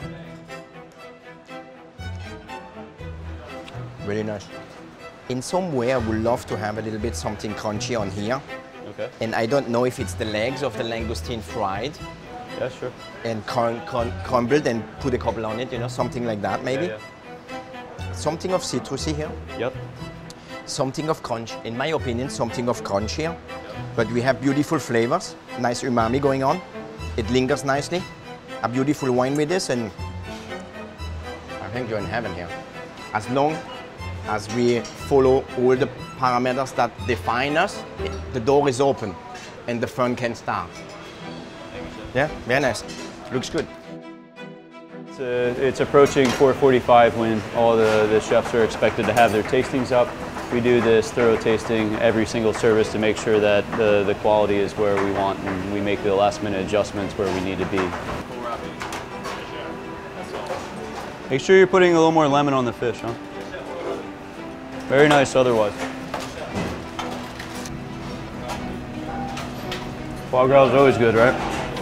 Cooking in an environment like this, it's really the quintessential thing is working as a team. Asking questions, it can be a treasure for you guys, because you have a lot of knowledge around you. Use it to your advantage. Nobody's going to knock on your door and say, hey, I'm going to teach you something. You actually have to knock on the door and say, show me something today. When you crave for learning, you learn. And that's really what it is. Get that knowledge and then have fun. There's a lot of fun in what we do. Have a good service, guys. 3, 2, 1. Genuine passion, relentless pursuit of excellence drives us to create an authentic and memorable experience. Pick up 3 caviar, pick up 2 foie hamachi. Yes. Yes.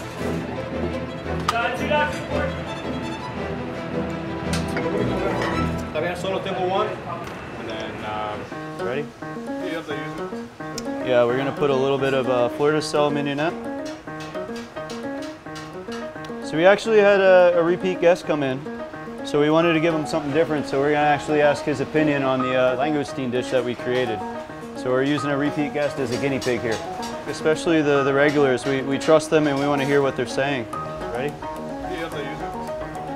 And just a side component here is the Kaluga caviar, nori cornbread, and scallion crema. Very nice. Huh? Perfect. See, it's nicely encased now. And what's nice on that dish is like you have this completely worked out nicely, and then you have that leg that you're supposed to take with your hand and just eat it with your hand. To me, it's very important to be close to people, to be accessible, and being with them in the trenches and leading them, showing them the way how it's done, and give them something so that they can take that and enhance it for the next generation.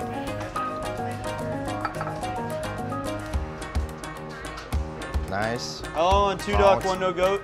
The people that get the special dishes, the squab and everything, everybody happy? Very happy. Yeah, very happy? Very happy for the job. Good, very good. So it's about 9:15 right now and all the tables are in. Service went smooth so far, and we have those tables to take care right now. Tomorrow is another day.